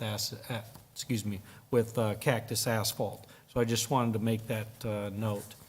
This is a project that we have an IGA in place with the Pinal County so that they can pay 50% of the cost of this project. So once we've completed the construction of this project, we will invoice Pinal County and receive 50% of those funds back. So with that, I'd be happy to answer any questions. I don't see any questions. Anybody? All right, seeing none, then I'll call for resolution number for I5, please, Gloria. Yes, Mr. Mayor, members of the city council, I did want to point out that there is a typo in the resolution. It should be 5390. 5390. Resolution number 5390, a resolution of the council of the city of Casa Grande, Arizona, accepting a proposal from Cactus Asphalt, a division of Cactus Transport, Inc., for the initial roadway improvements for Pinal Tech Park, authorizing expenditure of public funds and authorizing execution of a contract with or purchase order to Cactus Asphalt, a division of Cactus Transportation, Inc., in accordance with the terms submitted to Pinal County. Mr. Mayor, I move to approve Resolution 5390 as presented. Second. All right, I have a motion and a second. Gloria, can I please get a roll call vote? Councilmember Lavender. Yes. Councilmember Huddleston. Yes. Councilmember McBride. Yes. Councilmember Fitzgibbons. Yes. Councilmember Herman. Yes. Mayor Pro Tem Powell. Yes. Mayor McFarland. Yes. All right, next item is under our boards and commissions, item J1. This is considering approval and reappointment of Joy, and I always mess up her last name. Hyde. Okay. There was a secret to it. Joy Ide to the Parks and Recreation Advisory Board with the term to expire on February 1st, 2025, and approve a waiver for the residency requirement.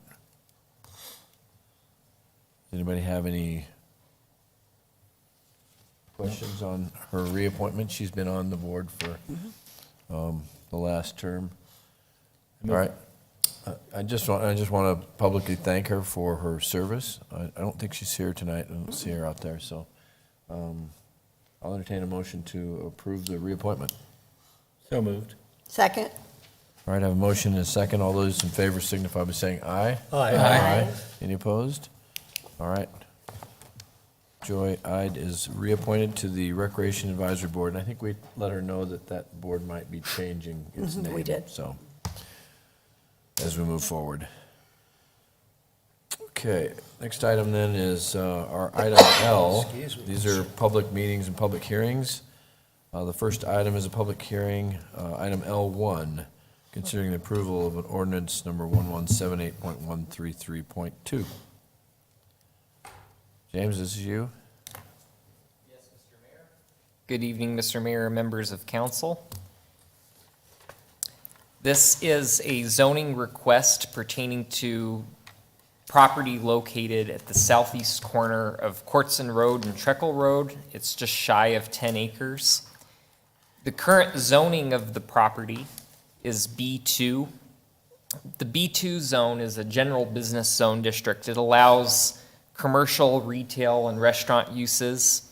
With the approval of a conditional use permit, one could also propose fast food establishments, car washes, and tire shops.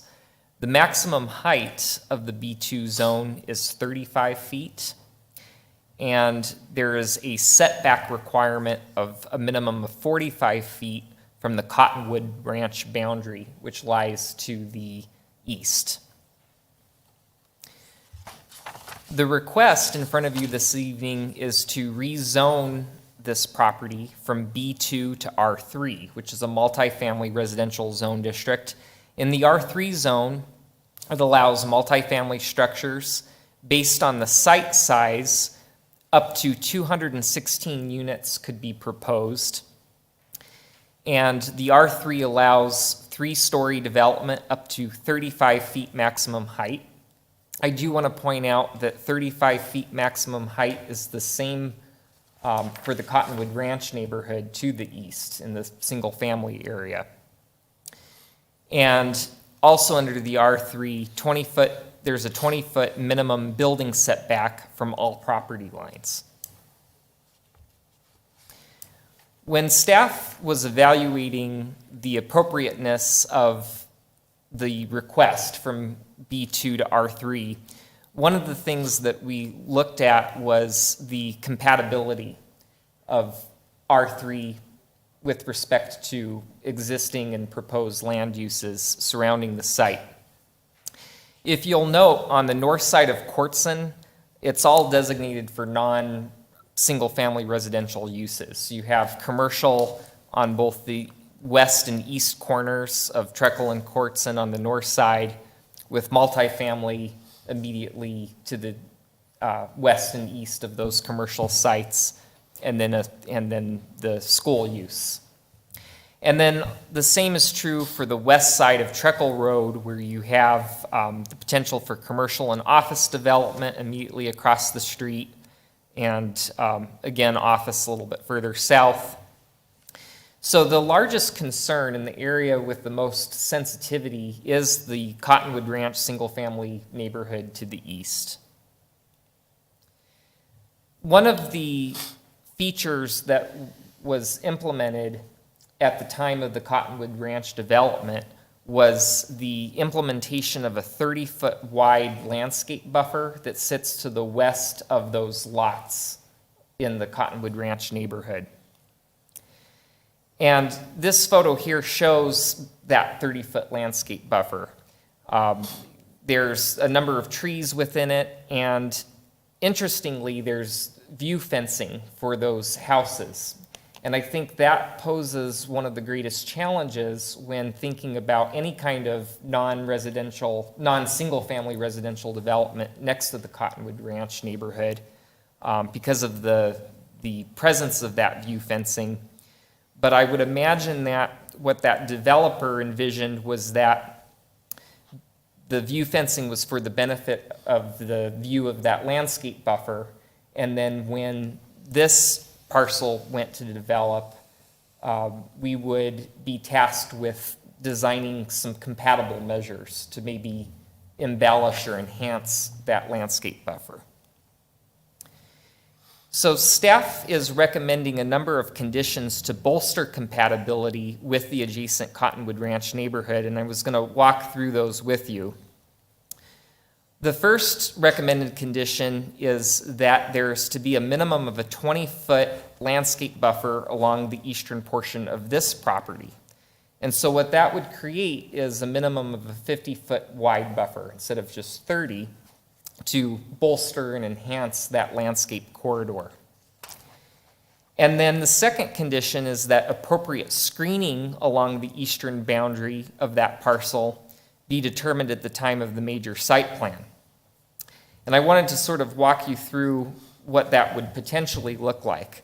So beyond the 30-foot landscape buffer that's already existing as part of the Cottonwood Ranch neighborhood, staff is recommending that the developer of the R3 parcel provide a minimum of a 20-foot additional landscape buffer.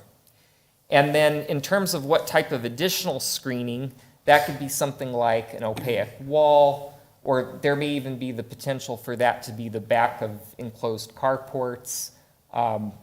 That's an element that could be more critically looked at the time of the major site plan, which would require additional public notification for additional input, and that would be considered by Planning Commission. The third recommendation is that any portions of buildings greater than 1 story or greater than 20 feet in height shall be set back a minimum of 125 feet from any single-family residential lot. I do want to note that without this condition, if it were to be just subject to the R3 zoning, they could be as close as 20 feet from the property boundary.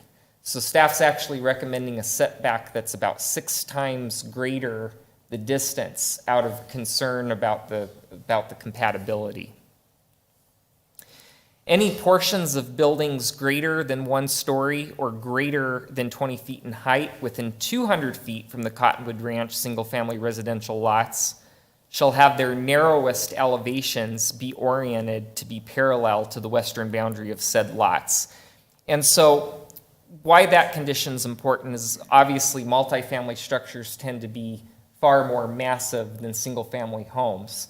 And so by requiring that the skinny portion of the elevation be oriented so that it's parallel with the residential area to the east, it minimizes the bulk and scale from the view of those homes.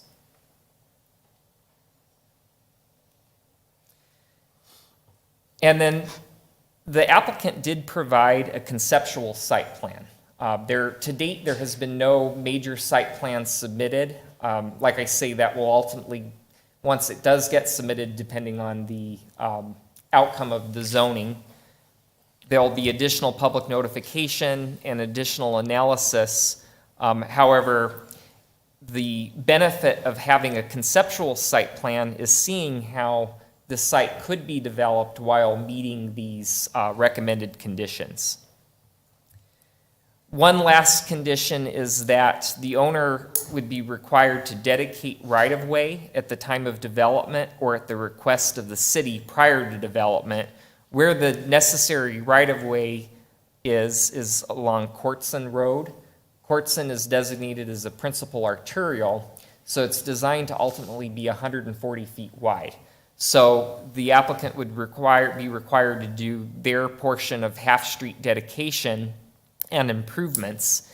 Now, Courtson actually is 2 lanes in each direction through that portion, and there's also a bike lane. So ultimately, what their improvements would look like would be the construction of a sidewalk and also a turn lane into their access point along Courtson.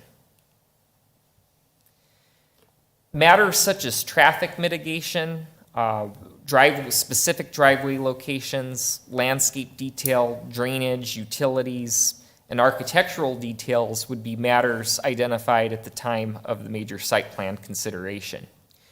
When reviewing zone changes, staff evaluates these 3 code criteria, and the staff report in the RCA submitted for this zone change goes into this in more detail, but I wanted to walk through these criteria with you in this presentation as well. So with regard to the criteria, it centers around compatibility with the general plan designation for the property. This area lies within the community corridor general plan designation, and within the community corridor, it encourages increased activity along arterial roads, providing a range of uses. I should note that both Treckle and Courtson are arterials, and multifamily zoning is supported in the community corridor designation up to 25 dwelling units per acre. If this site were to develop at its maximum of 216, that would put the density at around 21 dwelling units per acre. So it would actually fall under the maximum which is allowed under community corridor. There is a requirement of the general plan that all multifamily development adjacent to single-family residential uses shall be designed to be compatible. And that's one of the reasons why I'm stressing the recommended conditions, because their intent is to bolster that compatibility to meet the intent of the general plan. The zone change also has to be determined necessary at this time. And so staff did do quite a bit of evaluation to determine whether R3 zoning was necessary right now. So the General Plan 2030 recommends that multifamily development should represent 15% of the residential growth. In the past 2 years, however, we've only issued 11 single-family permits, while we've issued 11 multifamily permits, while we've issued 2,700 single-family permits. So based on the math, actually, we should be issuing about 400 permits for 400 multifamily units. That would reflect the 15% total. So I should also note that there hasn't been a significant number of multifamily units permitted since 2014. That was the last sort of rush of multifamily. So we're about 8 years behind in terms of that 15% proportion. The criteria goes on to evaluate whether there's goals that speak to the zone change request and a number of action steps. And staff did find that there were a number of goals and action steps that would support this zone change, including the promotion of high-density residential uses along urban corridors.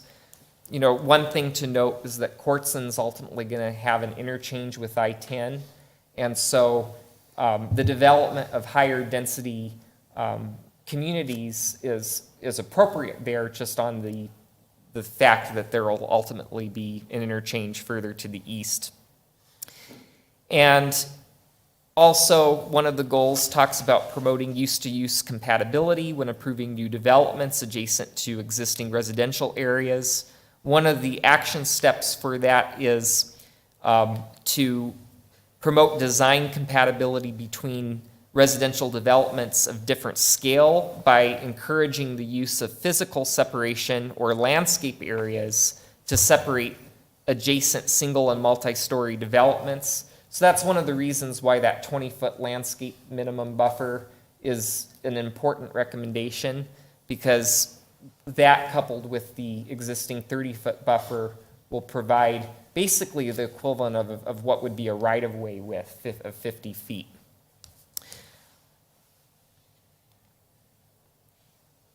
Now, I talked about how we identified that multifamily is considered a need, considering that we've only issued 11 permits for multifamily in the last 2 years, whereas really we should be at about 400 permits.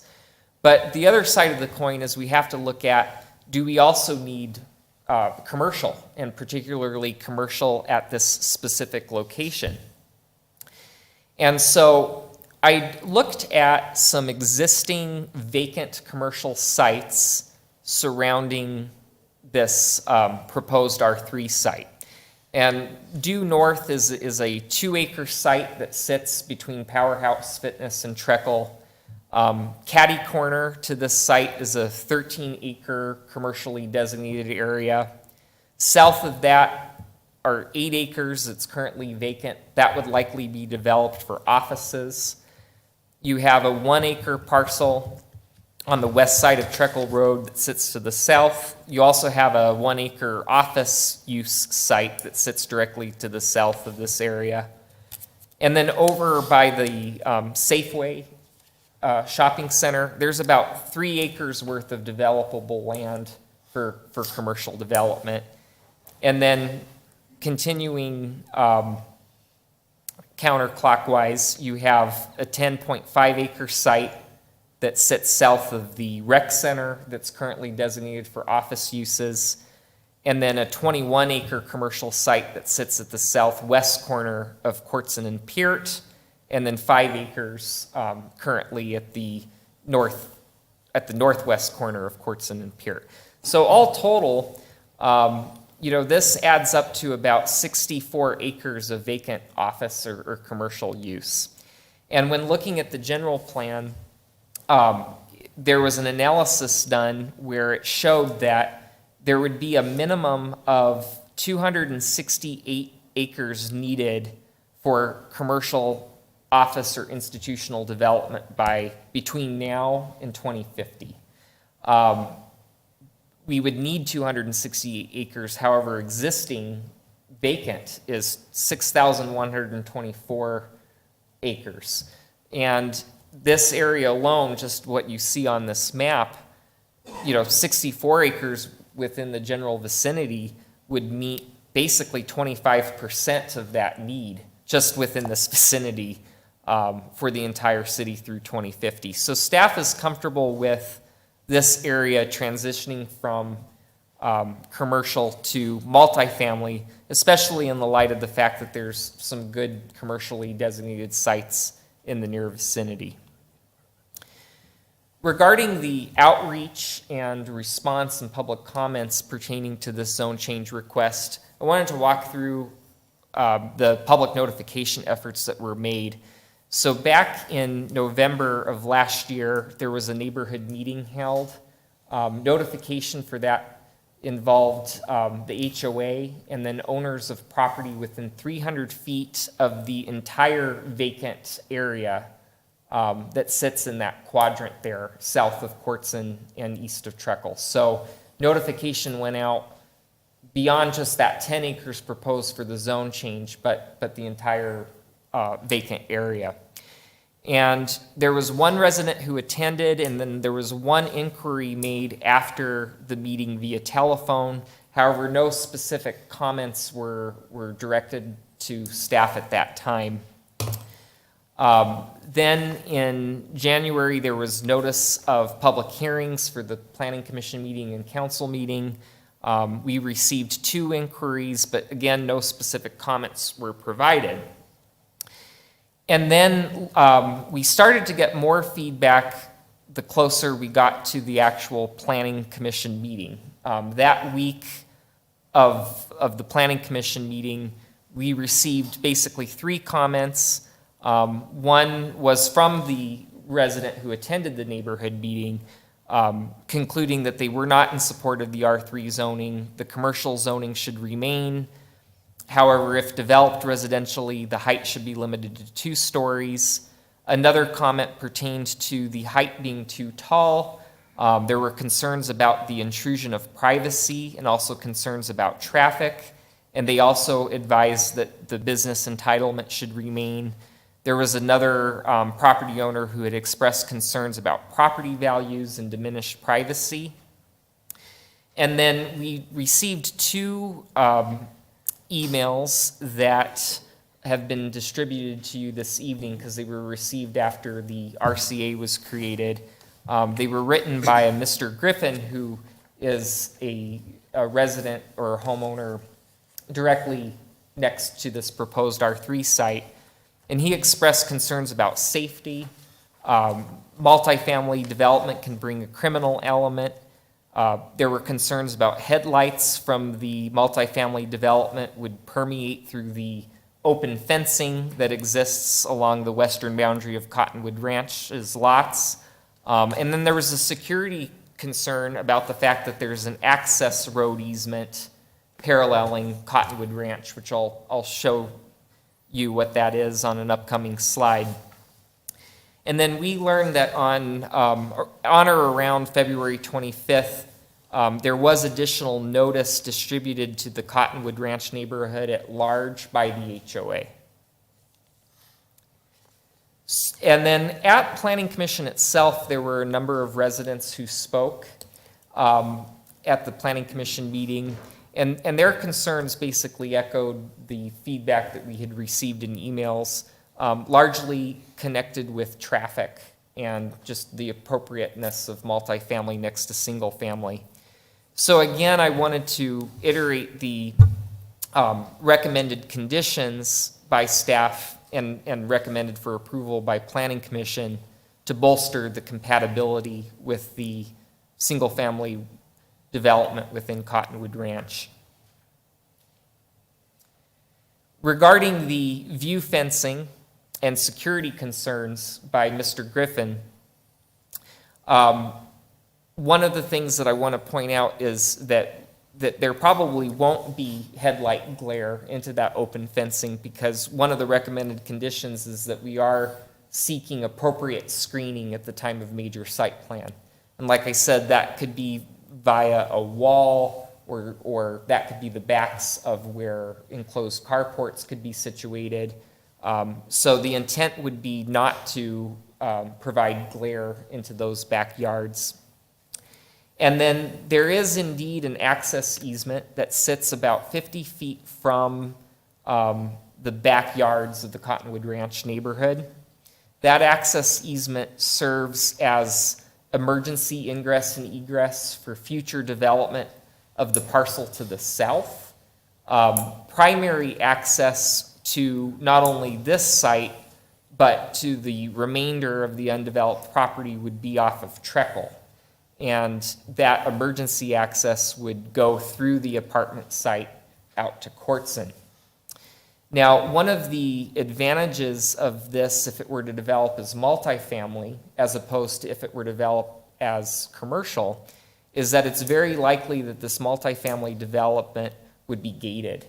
And so that emergency access easement, where there were concerns the first time it was proposed in connection with the development to the south, if that were to go through a commercial area, it wouldn't be gated. It would probably actually double as a service road for the backs of the commercial or retail buildings potentially. And so it would see a lot more traffic and impact unless we really honed in on how to better buffer that. But going through a multifamily residential area, it will likely be gated, so it would further minimize that flow of traffic. And then regarding traffic specifically, the EPS group provided a basic analysis of trip generation that's created by multifamily versus trip generation if this were to develop commercially. It made an assumption if this site were to develop at a basically 20% lot coverage, so an 87,120 square foot retail shopping center, which is pretty conservative considering it's a 10-acre site. It had done an assessment that the daily vehicle-generated trips for multifamily would be just shy of 1,500, whereas the daily generated trips for a shopping plaza would be about 5,900. So a difference of 4,426 trips. So traffic would actually be significantly less if developed as multifamily. Also, the AM and PM peak hours are significantly more if it were to develop as a retail center, almost twice the trips in the AM hour if it were to develop commercially. And then the PM peak hour is even significantly greater, whereas it anticipates 110 total trips in the PM peak hour for multifamily and 452 trips if developed as a retail center. And this graphic sort of shows you a comparison on total daily trips if it were to develop as a retail center versus a 216-unit multifamily development. So at its February 3rd meeting, on a vote of 5-1, Planning Commission did vote to forward to Council a recommendation to approve this zone change request, subject to the following conditions that I stipulated in the report in this presentation. And that concludes my presentation.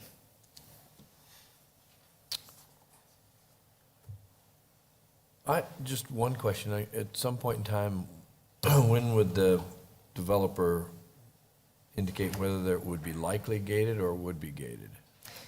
Mr. Mayor, that would be something that would be shown on the major site plan, because we'd have to evaluate for queuing behind the gate, between the gate and the roadways. Is that something that could be required at that point in time?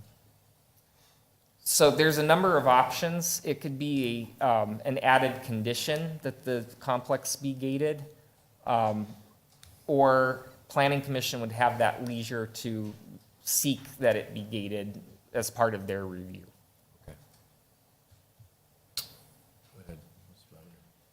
James, on one of the pictures that you have there on the right, the buildings, some of the buildings were blue and some were gray. And now the last two slides you had, they're all gray or brown. Can you tell me what the difference is? Are all those buildings the same size?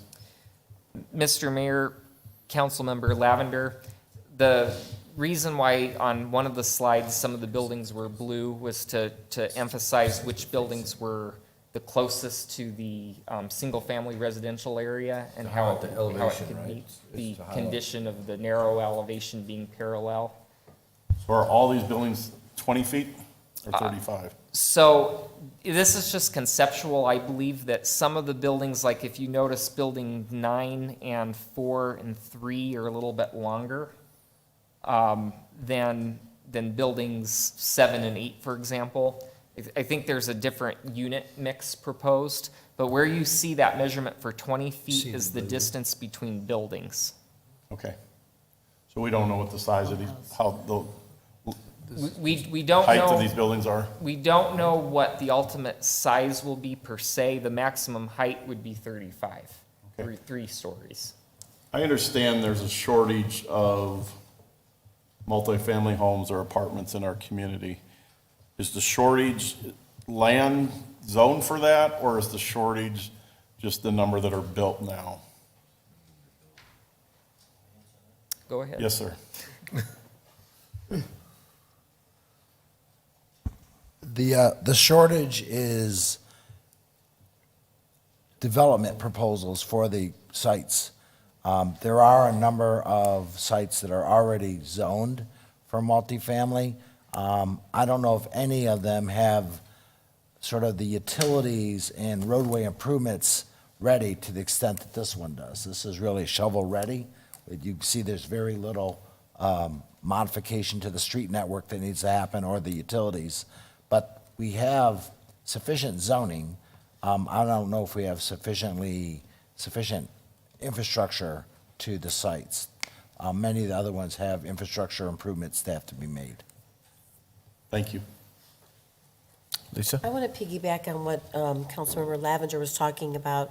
Of course, I appreciate everything you took into consideration, some of the concerns. I understand the homeowners, though. I mean, it's kind of weird that they have the open fencing in those backyards. So obviously, those homeowners, it would be frustrating. But I do appreciate all the conditions you put in to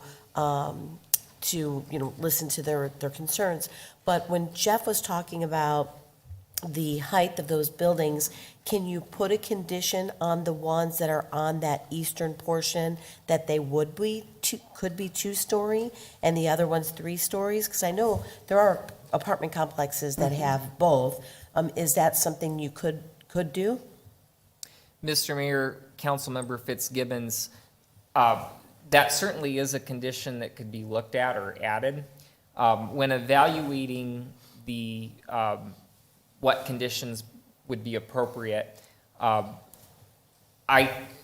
arrived at the fact that, if all the buildings were to be built at 3-story, that could work if a great enough distance was provided between those tall buildings and the single-family residential area. Mm-hmm.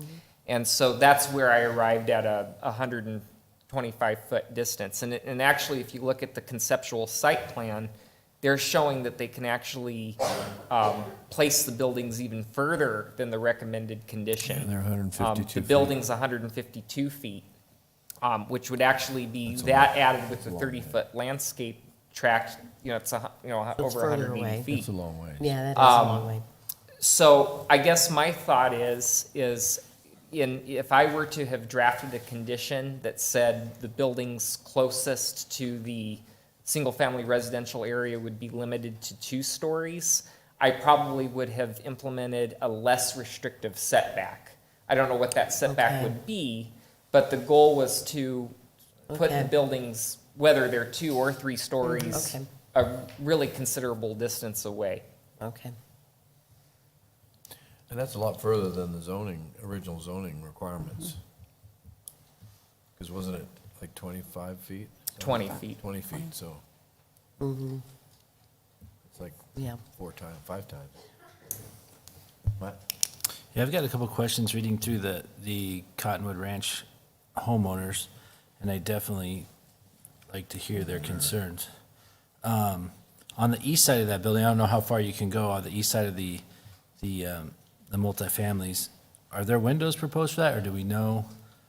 I mean, 'cause sometimes stairways are on the outside, instead of the actual apartment. Is that I don't know how picky you can get, but that's one of the main concerns is these are looking over, and I don't know what the view is Put in there from to try to- 3 stories But over you still have 150 a feet wall by my screening. geometry skills aren't good. Mr. Mayor, Councilmember Lavender, that's a great question. They haven't submitted anything officially in terms of their elevations. I will say what they provided did show windows on the side elevations. However, that could be a condition considered, particularly those buildings closest to the residential. The applicant can also speak to that more specifically in terms of what those side profiles are intended to look like. Okay, and then I appreciate the traffic information that you gave us, so it seems that concern is going to be not as bad as what people think.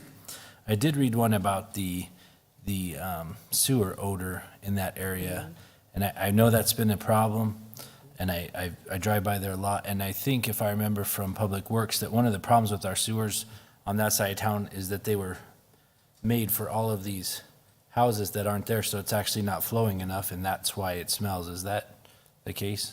don't know if I pick on Kevin or not, but if you heard that. No? Sorry, Kevin. I should have said, hey, Kevin. Trees don't. But one of the concerns was the sewer smell in that area. And I think I've talked to you about it before, or someone in your department, because those sewers were built at a bigger size for all the coming development. And one of the problems is they don't flow enough because there's not enough development on that side of town. Is that true, or do you know? I'll put you on the spot, Kevin. I apologize.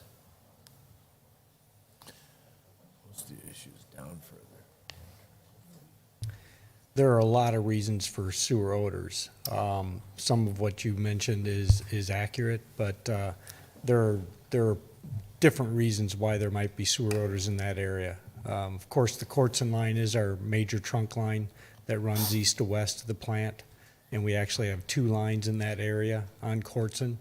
And that's one of the things we're doing is we're designing the new Courtson line relief sewer that will hopefully take care of some of those issues. But it's a combination of a lot of different issues in that area that create the sewer odors. Okay, thanks. I'm sorry to put you on the spot, Kevin. And then we did talk earlier tonight and all the time about this workforce housing, affordable housing is needed. But another thing is we talked about land use and zoning for multifamily, but that goes, and I don't know if you've seen your office, we have a lot of B2 land, and I'd rather have businesses. They create more sales tax dollars. But with the economy going the way it is and everything I've studied and read, is that business requests are going down. Do you see that for like strip center type businesses or all that? Slide. I think Paul's going to field this Yeah, question. you did give but that I'll one, go to the one thing slide. about the percentage of So, business. Yeah, Councilman Herman, we looked at that very closely when we were working on the general plan, because we had to figure out how much commercial land use category we need. So what I did is I did an analysis of how much commercial building we've done over the last 10 years and try to project it forward to see how much we need for each of the next decades. And as James showed you. That's where you came up with this? Yeah, can you make the gray window go away there, James? Yep. So we think we need 78 acres for over the next decade of commercial. And as you see here, we need that distributed throughout the community. Just the red here on this screen is 64 acres. Right. So we have way more commercial zoning in the community than we really need to meet our need. That's our read. Paul, my observation is we're not seeing a lot of business. We have vacant buildings today that we can't fill. So, That create crime. Just up the street from here. and online, the online purchasing has really put a cramp in. Not to be confused with industrial, but business zoning. Yeah. Right, business zoning. You're right, most of it is lodging, hotels, restaurants, RV storage. RV storage, not that much retail. You're right, Mr. Mayor. Then I guess to Lisa's, Been to I think Lisa Texas brought it up, Roadhouse. is the 20-foot height on those buildings, or maybe high windows. Maybe they can address that when they come up, the applicant. All right, any other questions? Thank you. All right, then we'll take a look here. I've lost my place. Item L1. It's a public hearing, so I'm going to open the floor to anyone here who would like to address the council that's here for item L1. Honorable Mayor, Council, Dennis Newcomb, law firm of Gamage and Burnham, representing the applicant this evening. I don't know if we'll have a few moments to speak after Yeah, if you just give us your name and Sure, your Dennis address. Newcomb, Gamage and Burnham, 40 North Central Avenue. Appreciate being here. I think this was a very thorough presentation that Jim had given this evening, and we're very pleased to be in a posture of support from staff and from the commission. We recognize, as Paul and the others have stated, right sizing is of necessary need with commercial. And what's better to right size with than multifamily, if you will, in this case. We believe, and Eric will speak to this with real estate equities, the fact of the matter is that this is a perfect location for this type of density, this type of housing units, that are well needed within this community. Excuse me. Certainly, the aspect of change is not always easy, but we certainly have recognized that there's been challenges throughout these last few years with regards to development and bringing in new business, and your town, your city, has done a tremendous, beyond my firm and what we've seen and what we've brought to the community with our clients, there has been a huge uptick in businesses and the like, employment businesses. And also with that comes the need for diversity of housing. So I don't want to take all the time. I'm hoping Eric can get up and speak, but I know my place, and I know I shouldn't speak too long, and I can go on forever. My mother is Italian, so my last name is Newcomb, but I'm the Italian side of speaking too long sometimes. So we are very pleased to be here in the posture of support. We believe this is right sizing, right location, right stipulations, so not only this ownership going forward, but any future owner that may come onto this site will protect the neighbors. I applaud your staff. Your staff is excellent, professional, and I applaud our client for being willing to accept some of these severe stipulations, if you will, 125 feet, 200 feet, whatever the distance is, 30 foot of landscaping and all that. With that being said, if I could pass it off to Eric at this moment, I would appreciate it. He can have his own 3 minutes. He can have his own 3. I gave you 3. All right, thank you. All right. You're making me look good. Appreciate it. Thank you. Thank you, Mayor, members of council. I'm Eric Amdahl with Real Estate Equities, the applicant and developer here. Again, thanks for your time, and James, thank you for your thoroughness and for working with us on all these stipulations. I think in soliciting the feedback from the neighbors throughout the public outreach process, we were able to hear several concerns, I think, and distill several of them through the stipulations that we worked carefully to craft, and I think that this property and community as developed would be a really big asset to this community. I just want to highlight a couple things. I know James kind of had touched on the traffic and kind of land use commercial study, but I want to just sort of re-emphasize some of the data that we're seeing as apartment developers and property managers in terms of the need for that here and why we're looking at this particular site in this kind of density. And it comes down to, in Casa Grande, as was mentioned, there aren't a lot of multifamily sites that have this type of access to utilities that are shovel-ready, that have an ability to come in this year and make an impact in that permit shortage on the multifamily side. As was mentioned by the gentleman just in the public comments period, there isn't enough apartment developments. $300,000 homes is the new 200, and that didn't happen in very long. Multifamily rents have exceeded 15% year-over-year increases in Casa Grande alone. People are starting to get priced out of their own homes on the rental side. Multifamily doesn't exist, and so therefore people are looking to rent single-family homes, which rents are now exceeding $1,800, $2,000 a month, not including utility payments. So this is a desperately needed project in this community. We like the adjacencies to schools, to parks, to retail in this area. We think it would be a really good fit. We think we'd be a great steward for this asset. We're long-term investors and owners and property managers, so we're incentivized to build this with high-quality materials that'll stand the test of time. We're incentivized to be cordial and reach out to our neighbors because we're going to be partners in this community for the long term. And so we want to hear concerns and do what we can, as you've noted in the stipulations, to see the best project that we can create. So aside from that, there will be some economic development and job creation through this, both temporarily from a construction basis and ongoing, bolstering the tax base, providing nearly $2 million in impact and permit fees if this were to move forward, all paid at closing. So with that, I'm happy to sit back and address any questions. All right, thank you. All right, is there anyone else here? Please state your name and give us your address. My name is Mark Griffin, and my address is 1979 North Vista Lane. I will be the property owner in Cottonwood Ranch, probably mostly directed by this. My home is on the corner there, abutting the common area of the subdivision. I'm the one that I brought up some crime issues because in December 13th, 2015, two individuals used the existing multifamily development across Courts and Road to stage an attempted armed robbery or burglary or whatever against my home and attempt to kick my front door in at midnight. And I had no guns, no way to defend myself, nothing. I just ran out of the bedroom and screamed to get out of my house, and they took off running. There was a witness who saw it all, saw them park their car and got a description and everything.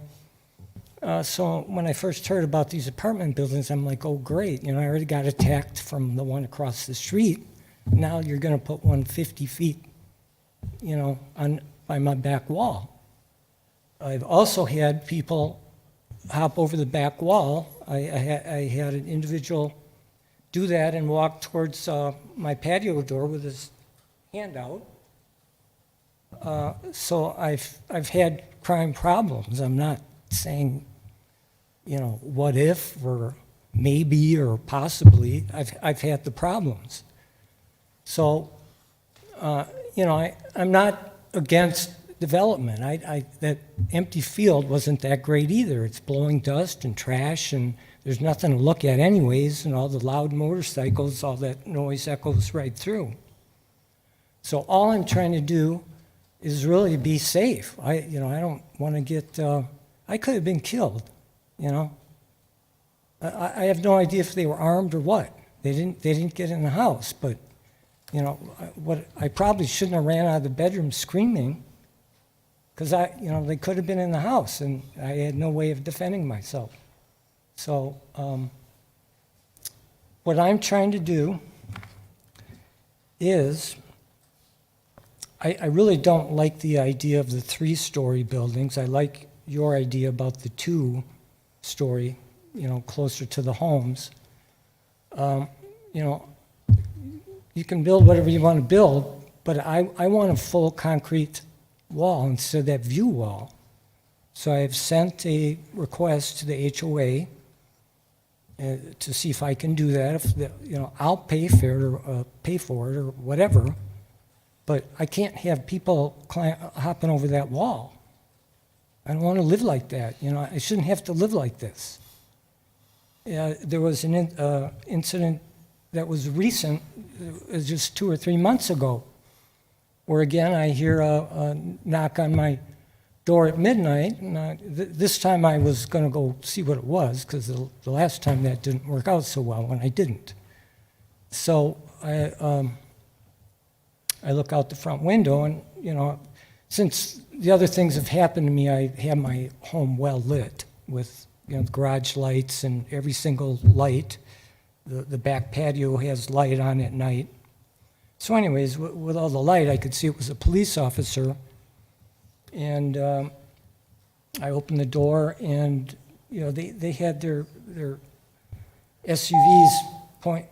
I went over the limit. They had their SUVs pointed. You got 2 more. So anyways, they were trying to determine if someone got in my backyard. So. Sorry, I went over the time, but. Oh, that's all right. When we read your email, too. Yeah, so, yeah. So I was consistent with what I wrote. Yes, you were right, you were right on. You were That's consistent. okay. All right. And we appreciate your comments. It's. All right, thank you. Thank you. It's good, Mayor.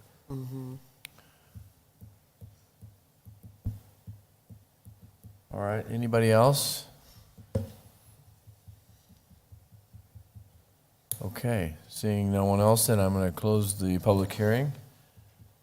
And I'm going to call for an ordinance number on L1. And before we go too far, Yeah, if the developer could maybe try and work with this individual and try and find some compromise so that he feels comfortable in his home. I mean, that's what we're about. We want everybody to feel safe and comfortable, and obviously he has some concerns. So if you guys would work with him. Maybe Appreciate it. the wall too. Yeah, maybe help him with the wall, maybe. That might be a solution. You know, I agree, Mayor, and it's just unique with their Yeah, I don't open know why fence, they- I don't with know the why they open did that, but- fencing, and it's not only for him, but just overall, yeah. it's gonna be a weird little area, even if there's a wall there, you know, people walking Yeah. through, you just wanna make sure that there's safety. So I really hope that, you know, we work with the developer and just make sure Yeah, I that we're think, looking I at think there will be safety. some screening there Yeah. between the property and the, Mm-hmm. But I see your point about the wall, and hopefully they can work something. Yeah. I just saw him talking, so. yeah. So, Thank okay, you. good. Appreciate it. Thank you, guys. Can I ask one more question, Mayor? Sure, go ahead. On the screen you just had, James, with the setbacks?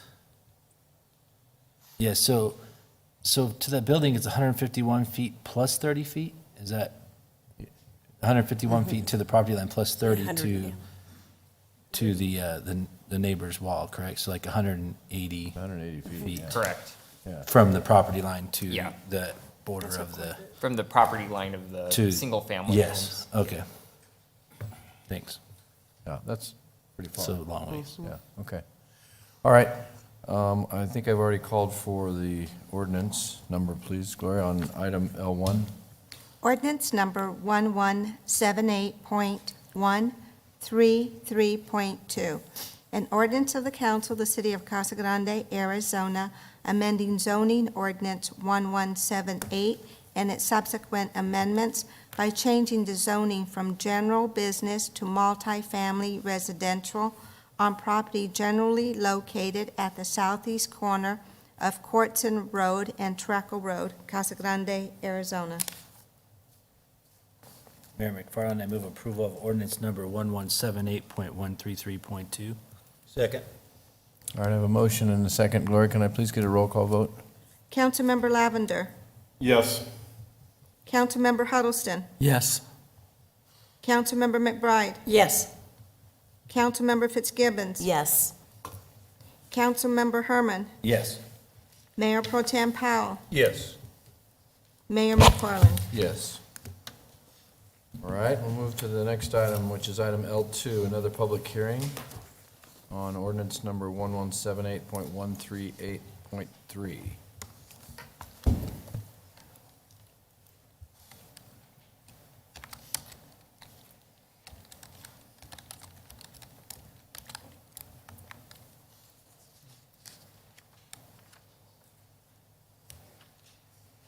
James?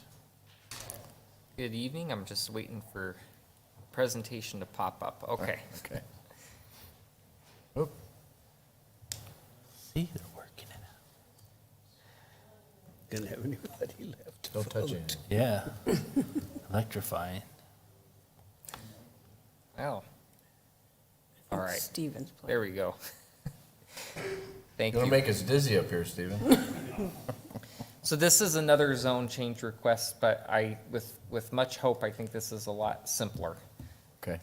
So this is a request to change a portion of the Sonoran Heights PAD to R2.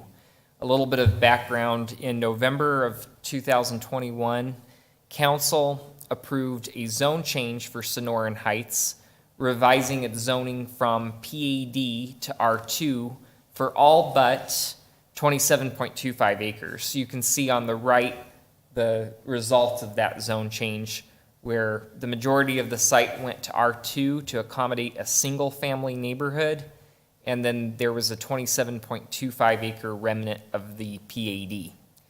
Now, within that remnant sits property that is, most of the property is designated for multifamily residential, colored in that pinkish color. And then there's a smaller land use within that PAD designated for single-family residential. So it was basically an oversight that yellow area was left over as part of the PAD and wasn't incorporated into the R2 zone. So this is an opportunity to correct that and revise 7.69 acres from PAD to R2 to incorporate it into the Sonoran Heights preliminary plat that we currently have under review. And so what that would do is it would rezone 7.69 acres from PAD into the R2 zone, and it would leave 19.56 acres left, which is already and currently designated multifamily. When reviewing zone changes, these are the criteria that have to be evaluated. This area does sit within the 2030 Neighborhoods General Plan Land Use Designation. Single-family developments with homes on individual lots are appropriate within the neighborhoods category, and it shall have a maximum gross density of 4.5 dwelling units per acre. This is the property we sold right in there. And we also consider that this would be consistent with the city's general plan. We find that R2 is an appropriate zone district within the neighborhoods category. Regarding the public notification process, it met that which is required by city code. We didn't receive any comments as a result of the public notification. At the February 3rd, 2022 Planning Commission meeting, on a vote of 5-1, Planning Commission made a recommendation that City Council approve this zone change, subject to the following conditions of record. The first is just standard, that it limits the density to 4.5 dwelling units per acre. And then the second condition is that it's the same conditions of record as stipulated per ordinance 1178.138.2.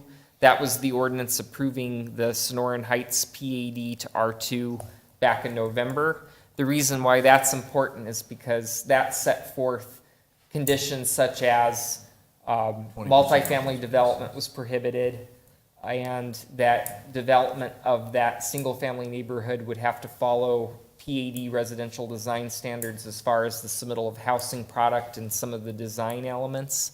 So in order to keep it consistent, since this is being incorporated with the pre-plat, we're recommending that the same conditions apply. And that concludes my presentation. Anybody have any questions? All right, this is a public hearing, so I'll open the floor to anyone who is here to speak on this matter. This is item L2 in our agenda. All right, seeing no one jump up, then I'm going to close the public hearing, and I will call for an ordinance number, please, Gloria.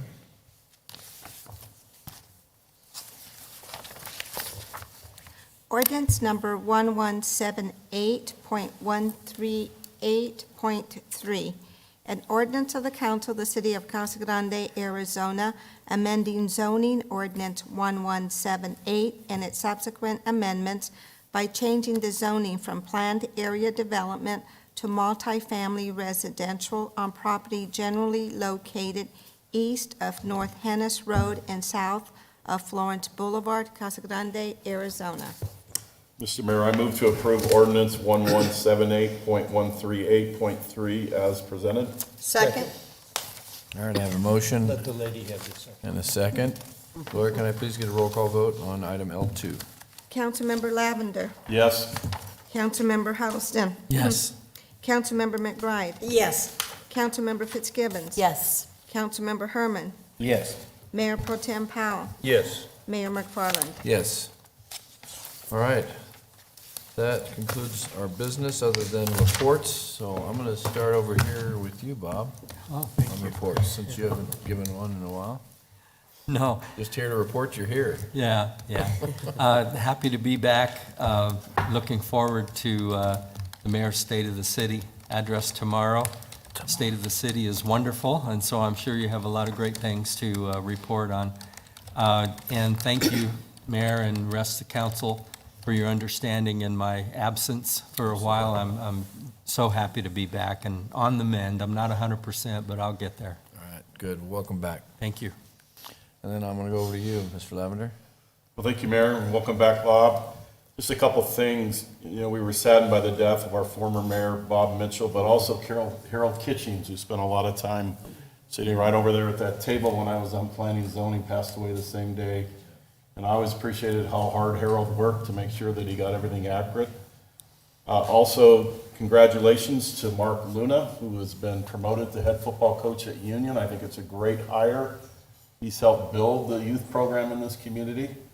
And also I'm excited, we're working with the Arizona Cardinals. They did the youth football clinic for the boys earlier this year. They are now doing clinics for girls, and they have asked me to commit that we will have 100 girls for a youth clinic that they plan on doing in March or early April. And so we're excited. So if there are residents out there that would like to see females that they know involved in this, please have them get in touch with me and I'll get them on the list. But it's exciting that the Cardinals are making this commitment to promote youth football for our ladies as well. Very cool. Lisa? I just wanted to, I know I was unable to attend the funeral for Mayor Mitchell, but, you know, it just, when you think back of the influence that these teachers have, you know, he was one of my teachers and very influential in my life. He was one of my favorite teachers when I was in high school. And of course, as I got older and moved back to Casa Grande, he was very supportive, encouraged me to run for city council, and has always been there and been supportive. So it's just, you know, it's just amazing, you know, how much of an impact he had. And I hope all the young teachers that are watching know how much they mean to students and what the influence that they have. We had the homeless point in time count. So several of us participated, the mayor, Councilmember McBride and I. We had, gosh, I think it was over 50 volunteers. There was 8 groups that went out. I think the mayor will give the report on the total count. Was it 70 some? 72. 72 people, but, you know, great participation. Of course, I know I said it last time, the police department was there in full force. There were so many officers that went along with us, and it's always a great experience to get out there and talk to people, and but appreciate all the help from all the community members. The Faith Alliance, the mayor's going to be speaking next week at our luncheon, so. Be repeated tomorrow. Oh, that's okay, yep. It's for all the pastors throughout the community, so if anyone wants to go, it's at Compass Church. You have to wear green, it's St. Patrick's Day. That's right. Mayor, so, and then the Cesar Chavez, we had, I think, I don't know, was it like 50 48 applicants. 48 applicants this year for scholarship, so we'll be awarding those on April 8th. So thank you to all our sponsors for contributing. We won't be having a dinner this year, but all that money is going to be going to the students. So appreciate all the sponsors and all the students that applied. That's it. Okay, great. Donna? It was a busy weekend in Casa Grande. I think there was 6 or 7 different events going on besides the funerals that were happening. So it was a good weekend, but it was a sad weekend in Casa Grande. Cactus Fly-In was what I consider a great success. There was tons of people out there. The plein air, I know that Gloria worked really hard on that, and it was exciting to drive around town and see all the people out there painting around town. And then we had the studio tours on Saturday and Sunday. Was able to stop by some of those and just to have local artists, you know, and it was just great to be outside. Kudos to community services. I know Steve's here. Larry had sent us out the numbers on the community center and the numbers that we have seen of participants. And, you know, to have 10,000 people walk through that door in January was just fabulous. And I will say I was one of them, and so I was excited by that. Chamber Biz Luncheon's coming up on Friday. And then, not to forget, we have the Pinal County Fair starting next week. That's it. Don't leave them out. Mr. Powell? Well, I've felt definitely with Bob Mitchell, very close to him. The service was a good service, and it was different. I saw Dennis there and a lot of the students that were in school when you were. And I've never seen him angry, ever. And that's something that you can't say about me or some other people, but when he was working at the school, we were trying to get the teachers together when it became time to decide what was going to be the how much money was going to get paid out and that type of thing. And Bob would be in the group representing the teachers, and it'd be smooth. He'd just say this and this and this, and it was done. And I was afraid we were going to get tarred and feathered for a little while there, but he just was a special person, and I sat right behind his brother, and I know it was emotional. He was hurting, and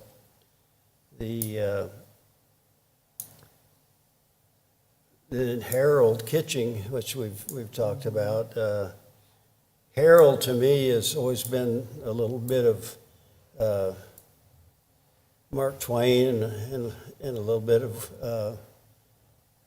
who would be the other one I was thinking about. But anyway, he was quite a storyteller, and as everybody knows, and he just, I was shocked. Two the same morning. And so as I say, I'm sad for both of them and their families and their friends. But I will tell you this, that at Bob's, you could tell he was really appreciated and loved.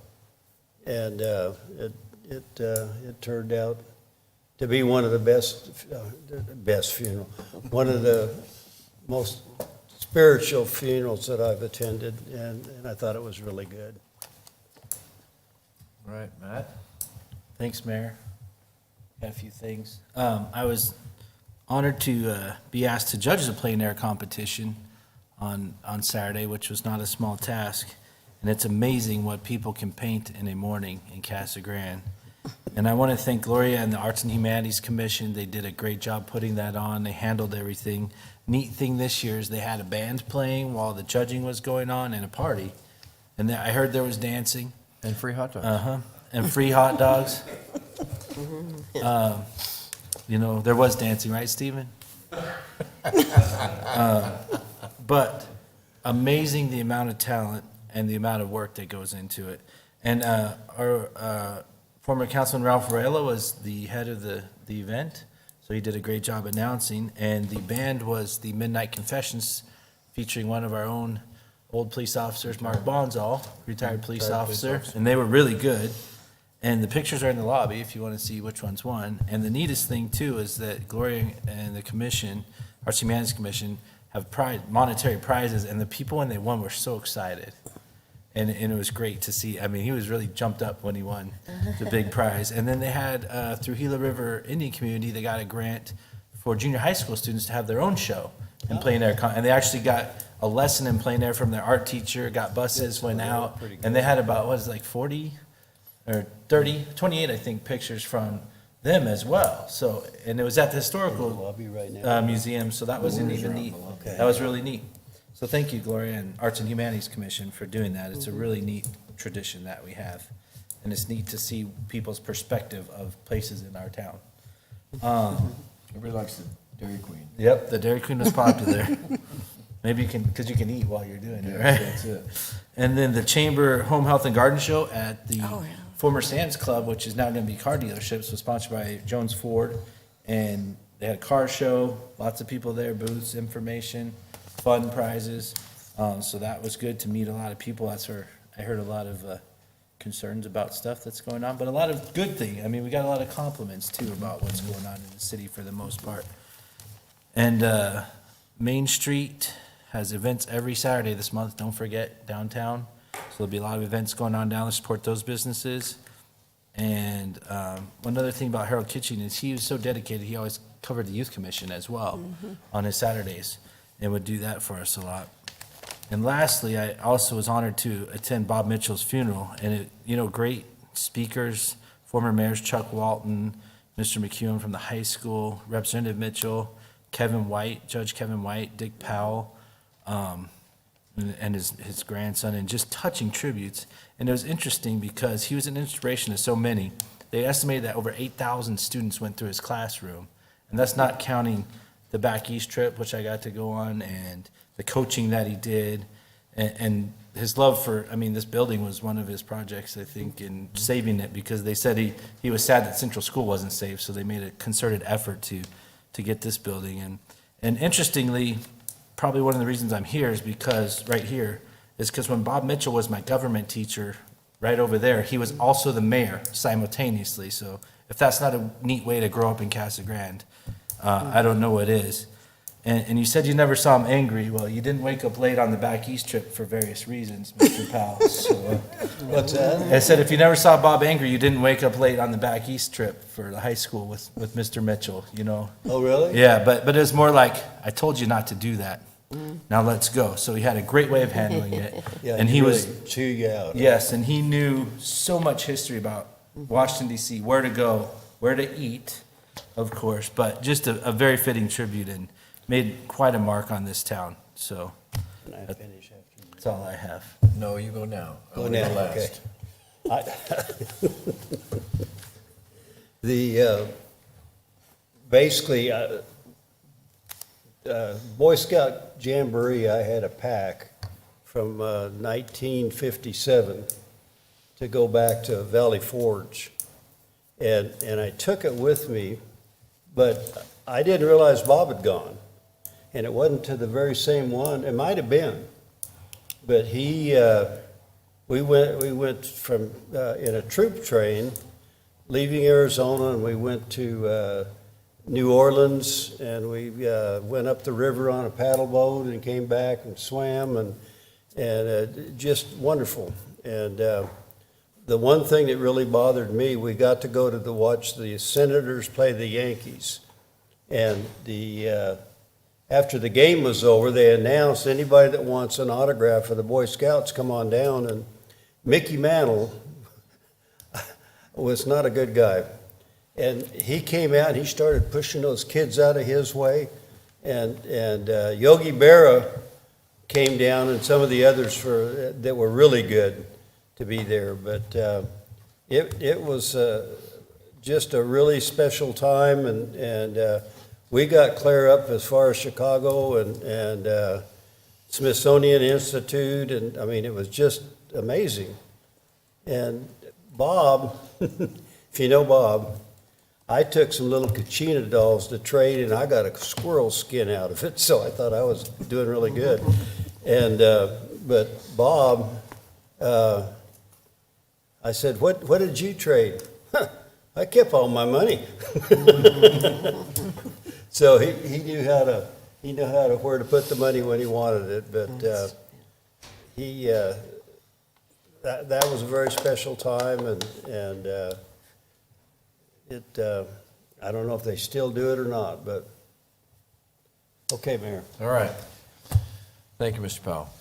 Thank you, everybody else. I really don't have a report because I'm going to give it tomorrow. So I just want to reiterate everyone else's condolences to Harold Kitching and Bob as well, Bob Mitchell. And our heartfelt sorrow goes out to their families. But tomorrow at 12:55, we will start the broadcast. So if you don't have a reservation or can't get in when you happen to show up because you didn't make a reservation, because I think we're full. I think capacity is about 200 in the community rec center. So if you want to watch it live, you can go on our city's Facebook page and YouTube pages at 12:55, and because the Kohler video will air at 12:55, so you need to see that. It's actually a very, very cool video that'll be kind of airing before the presentation. It's just kind of a roll the tape kind of thing. And we'll also be distributing or send out some information about where you could watch it recorded. So it will be recorded, and it will be on our website. It will not be on Channel 11 tomorrow, so because of where we're broadcasting from, we can't get it to Channel 11 from there. But we'll see everybody tomorrow. Look for some interesting presentations.